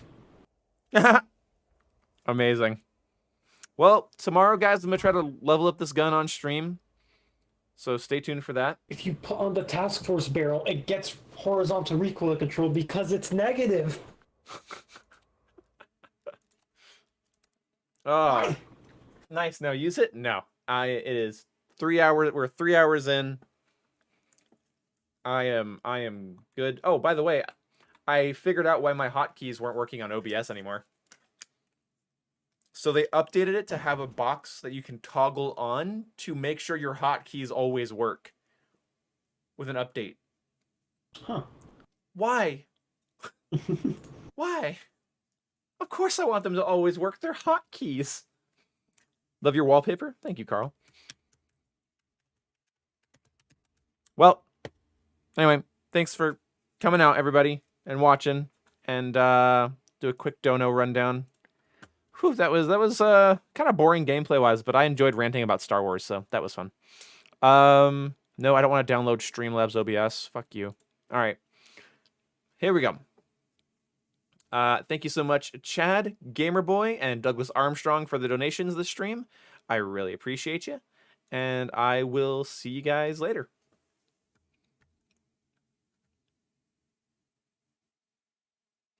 Oh, I've been too nice to you this stream, Carl? Sorry, go fuck yourself. Anyway, good night.